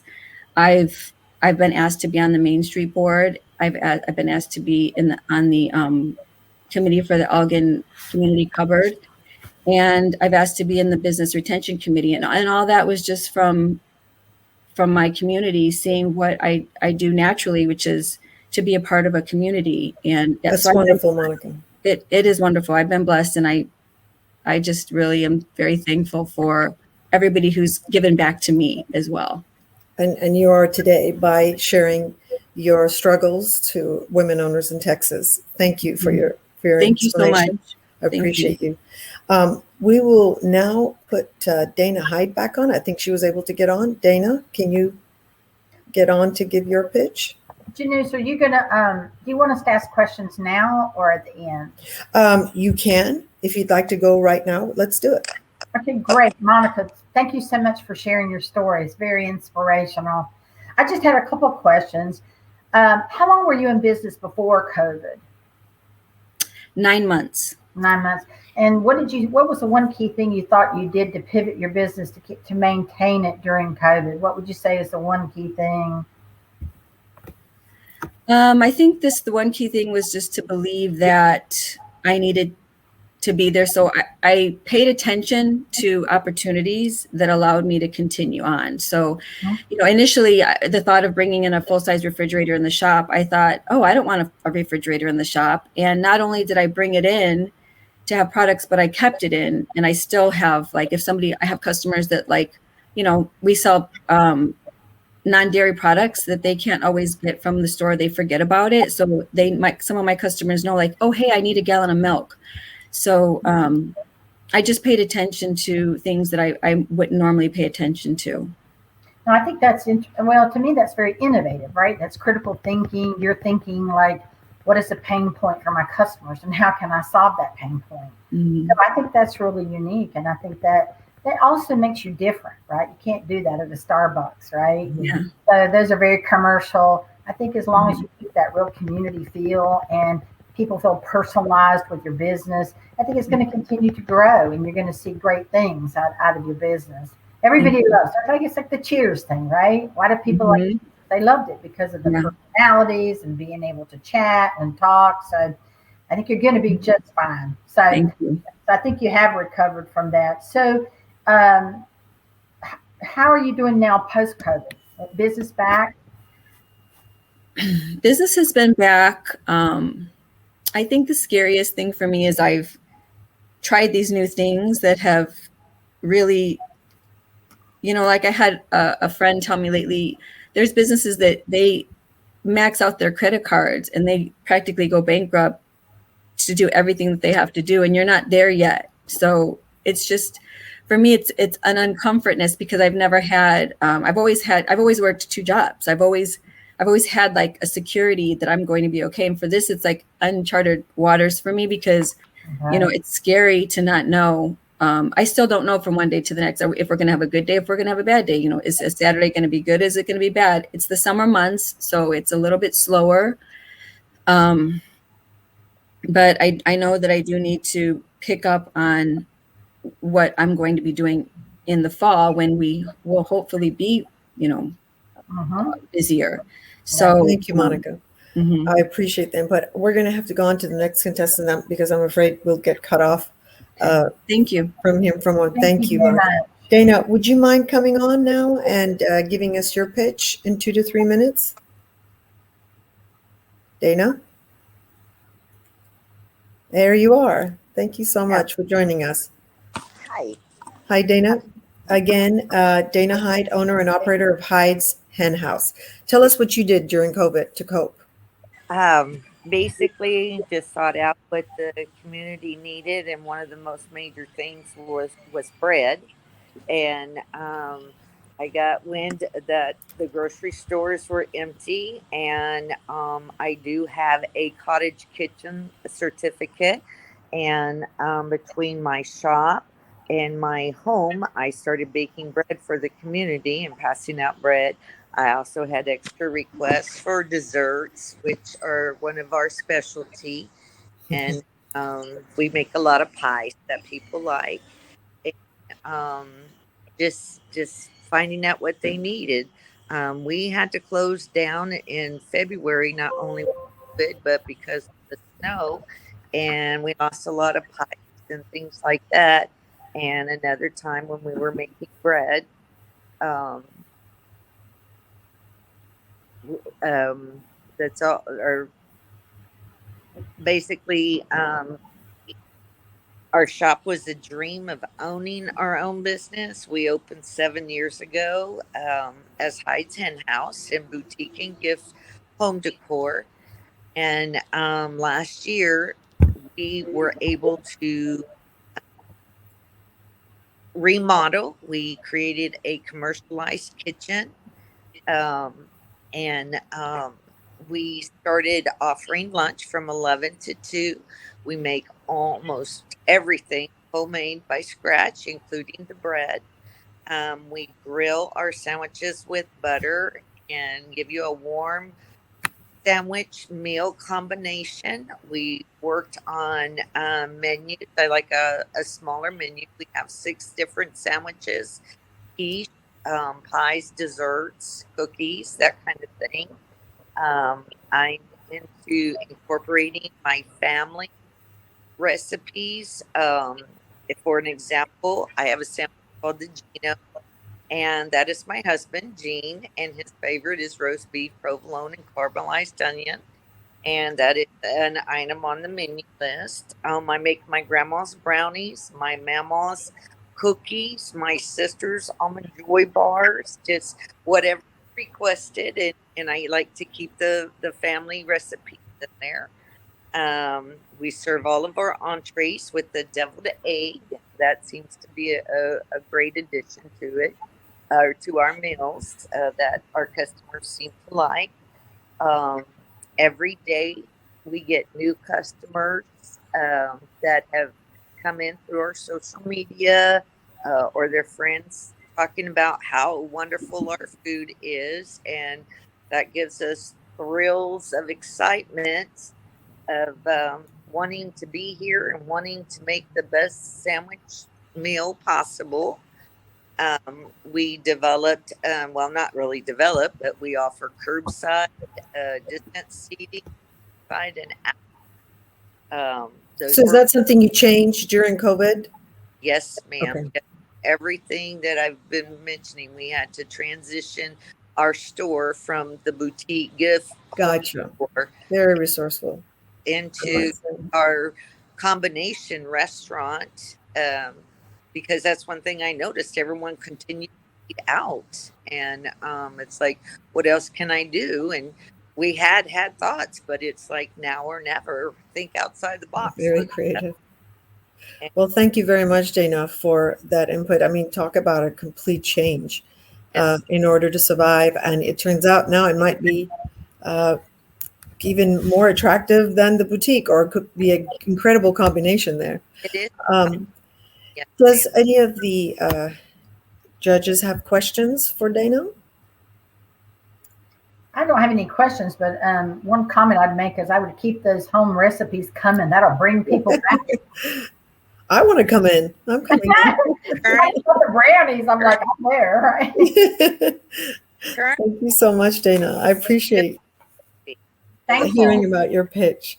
The third pitch is from Cheryl Miller, owner and founder of Quantum Circles Consulting and Training in Victoria. Is Cheryl getting on possibly? We are. It just takes a few minutes technologically, but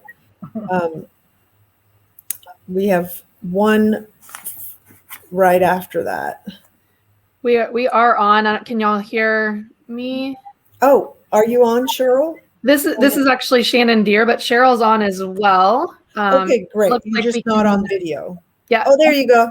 We just got the button to be able to turn it on. So hopefully Cheryl will be able to do that as well. Great, Shannon. And Cheryl, would love to hear what you did to survive. Am I on? Yes, you are, Cheryl. Okay. What if you could change the trajectory of trafficking survivors' lives for generations? Or what if you could find a solution to the labor shortages facing so many businesses? Quantum Circles has the solutions to do both. For 18 years, I ran a housing program and a social enterprise operated by the women living in that house.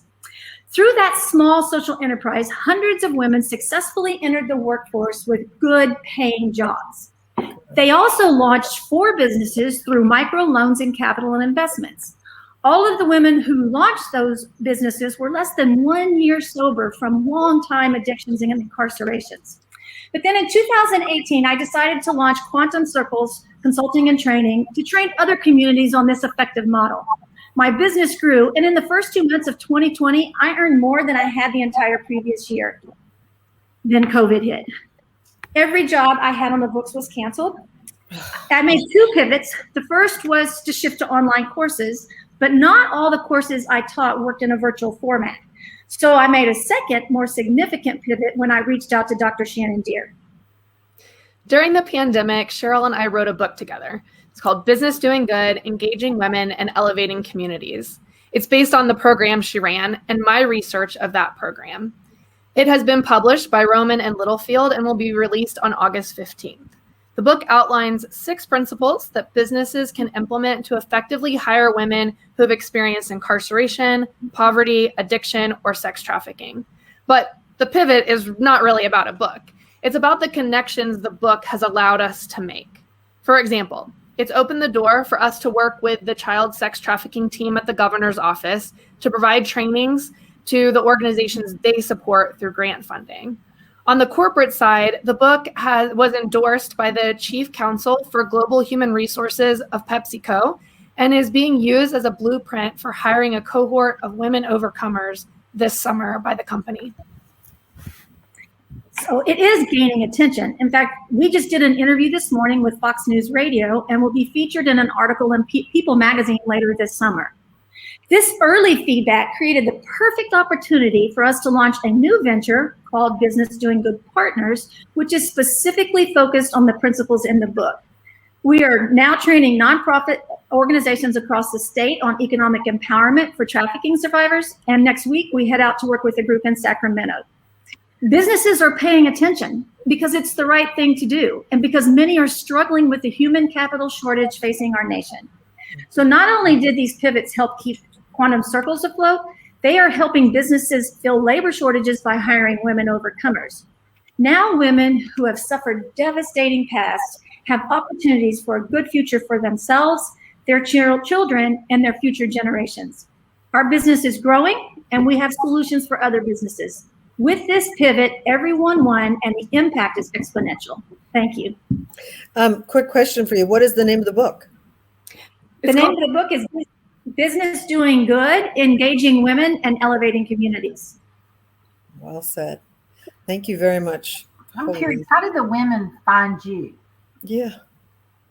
Like, how did the women that you're helping, how did they find you? We are actually working with nonprofit organizations that are helping the women. And so like for the cohort that PepsiCo is doing, we connected them with several nonprofits across the state that are in the areas where they're hiring. And those nonprofits have connections to the women to fill those jobs. Okay. Well, that's great. What great work you're doing. That's fabulous. Very well done. Thank you. Thank you both for your presentation. Then the last and final pitch of the day is with Lorraine Martinez, CEO and founder of Loma Behavior and Training in San Antonio. Lorraine, how can you get on, do you think? Just give it a few seconds. Janus? Yes. Janus? Yes. Janus? Can you not if hear me? everyone mute their microphones except the person that's speaking, it would help us to be able to hear. I practically heard nothing from the last two ladies that spoke. Oh, I'm sorry, I heard everything. So if you're not speaking, if you turn your mic off, I will. We'll do. Gail, I guess everyone else should do the same. Lorraine, thank you for joining us. Would you mind telling us what you did to manage COVID? Yes, great. So I am the owner of a company, Loma Behavior and Training. We're an animal training company that specializes in transforming dog and cat aggressive behavior. And when we realized that we were going to be shut down pretty much back in March of last year, of course, we were originally in shock, just like so many other businesses. Prior to the COVID restrictions, we had been doing all of our services in client homes, going out to their homes and providing training. And we had a few classes that were also at a local pet store. So we could no longer do business that way at all. But we knew that our work was essential to the clients who called us, many of them, or at least some of them in crisis. They might have had a dog who had just bit their child, or they had a cat that was hissing at them, or a dog that was growling at them. They might have had two dogs who had been the best buddies and were playing, and now they were suddenly fighting. Or they were contemplating some major life decisions like rehoming their pet or even euthanasia. So we knew that we had clients that we had to keep helping through COVID and keep people safely in their homes. COVID also made our services more needed in some ways. Lots of people adopted pets during COVID. Some of those had behavior issues. Some people were just more home with their dogs more, and so they saw issues that needed to be addressed. And we had many people putting puppies into their homes, and then they had no way to socialize those dogs. So again, we knew families needed us. So what our staff did is they looked at all of our training protocols, how we worked with animals, and figured out which ones we could provide through curbside. So we could still go out to client homes. We could provide services outside and maintain, the safety measures that we needed to.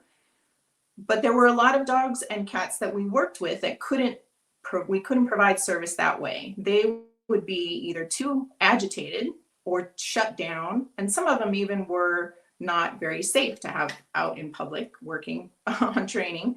So we had to provide some virtual services, some way to support them during this time.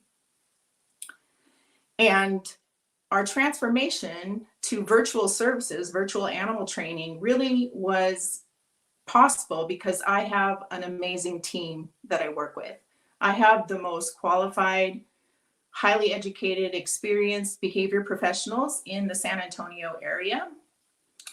They know training inside and out. And in this unregulated field, this is an unregulated field. So I've really made sure that the people that work for me are highly qualified so that this gives peace of mind to my clients. But they were able to shift our training from what do you do with an animal that's right in front of you to how do you train an owner to work with their animal at home? This allowed us, by transforming our services into virtual services, it allowed us to be the first animal training professional, I think, in San Antonio to offer that kind of a service. And it allowed us to continue helping the people that we knew needed our help. It was also interesting because we found out that it could be a more efficient way of working with some of our clients. So some clients that we work with are like dogs that are uncomfortable with people coming into the home. And when we used to go out to client homes, that was always kind of a tricky thing to address. We sometimes had to have them in a crate or in another room or just put away so that we could be safe. And then we had to work with the client, sometimes from a distance, to help them coach them through their working with their dog. And with virtual services, we could actually do this much more efficiently and without the stress that was going on before for the dog or the owner. So that was a wonderful benefit. Virtual services are now going to be part of our services going forward. It's now going to be just one of the ways that we can address issues for clients. So by pivoting that way, we were able to, by the end of 2020, I was able to hire 2 additional behavior staff. And because we had been growing that well by the end of 2020, so in November, I had hired 2 staff. And now we're ready to hire 2 additional staff. So we are looking forward to the rest of the year with some excitement now. Thank you. It looks like I see everybody else is muted, so I'm not sure if people have questions for me. Well, talk about overcoming all obstacles here. You actually gained some ground, due to COVID. Thank you so much. I so appreciate your pitch. And now our judges will confer for a few minutes, and they will rejoin us with their decision. In the meantime, can all the other pitch contestants come on for us? I sure appreciate it. Judges, please turn in your scores, and as soon as I have them, I will announce it. In the meantime, I wanted to say thank you for being the beacon of hope in these very unprecedented times for all women participating or having a small business in Texas, and frankly, all men too. It was really unheard of. I did read some information that I thought was interesting while the judges decide on who should win, although all of you are winners in my eyes. Apparently, businesses founded by women earn 2 times the amount of dollars invested, which is amazing to me because they only represent 8% of CEOs of the Fortune 500 companies. Of course, there's no question that diversity on a team makes it an organization more financially stable and successful and innovative, in fact. Some other, this is trivia, but what country do you think has the highest number of women-owned businesses across the world? I mean, I thought for sure United States of America, no question. Well, it turns out to be Panama. They have 29.1% of women-owned businesses. So our hats off to Panama, the country of Panama. Have the judges decided on their choice, or do you have any additional questions for the contestants?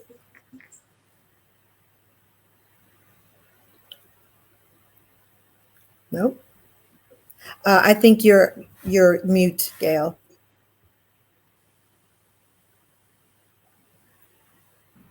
Great. Thanks for coming back, Gail. So no, I just said she's received all mine. All right. So it looks like the winner of the $7,500 fund is Kim Cafe, Monica Nava. Congratulations. Congratulations to all of you for all that you're doing for women, to have additional inspiration. Thank you again. Thanks for joining us today. I wanted to thank Christina McKinney, for the Director of Governor's Commission for Women, for putting this together, to our judges who have been incredible making this happen. And the Governor's Commission will be in touch with more of these webinars across Texas to help us get the creme de la creme information that's needed to survive today. God bless, and thank you for joining us. Thank you so much. God bless. Thank you all so much. Thanks to our panelists. Thank you. Bye-bye.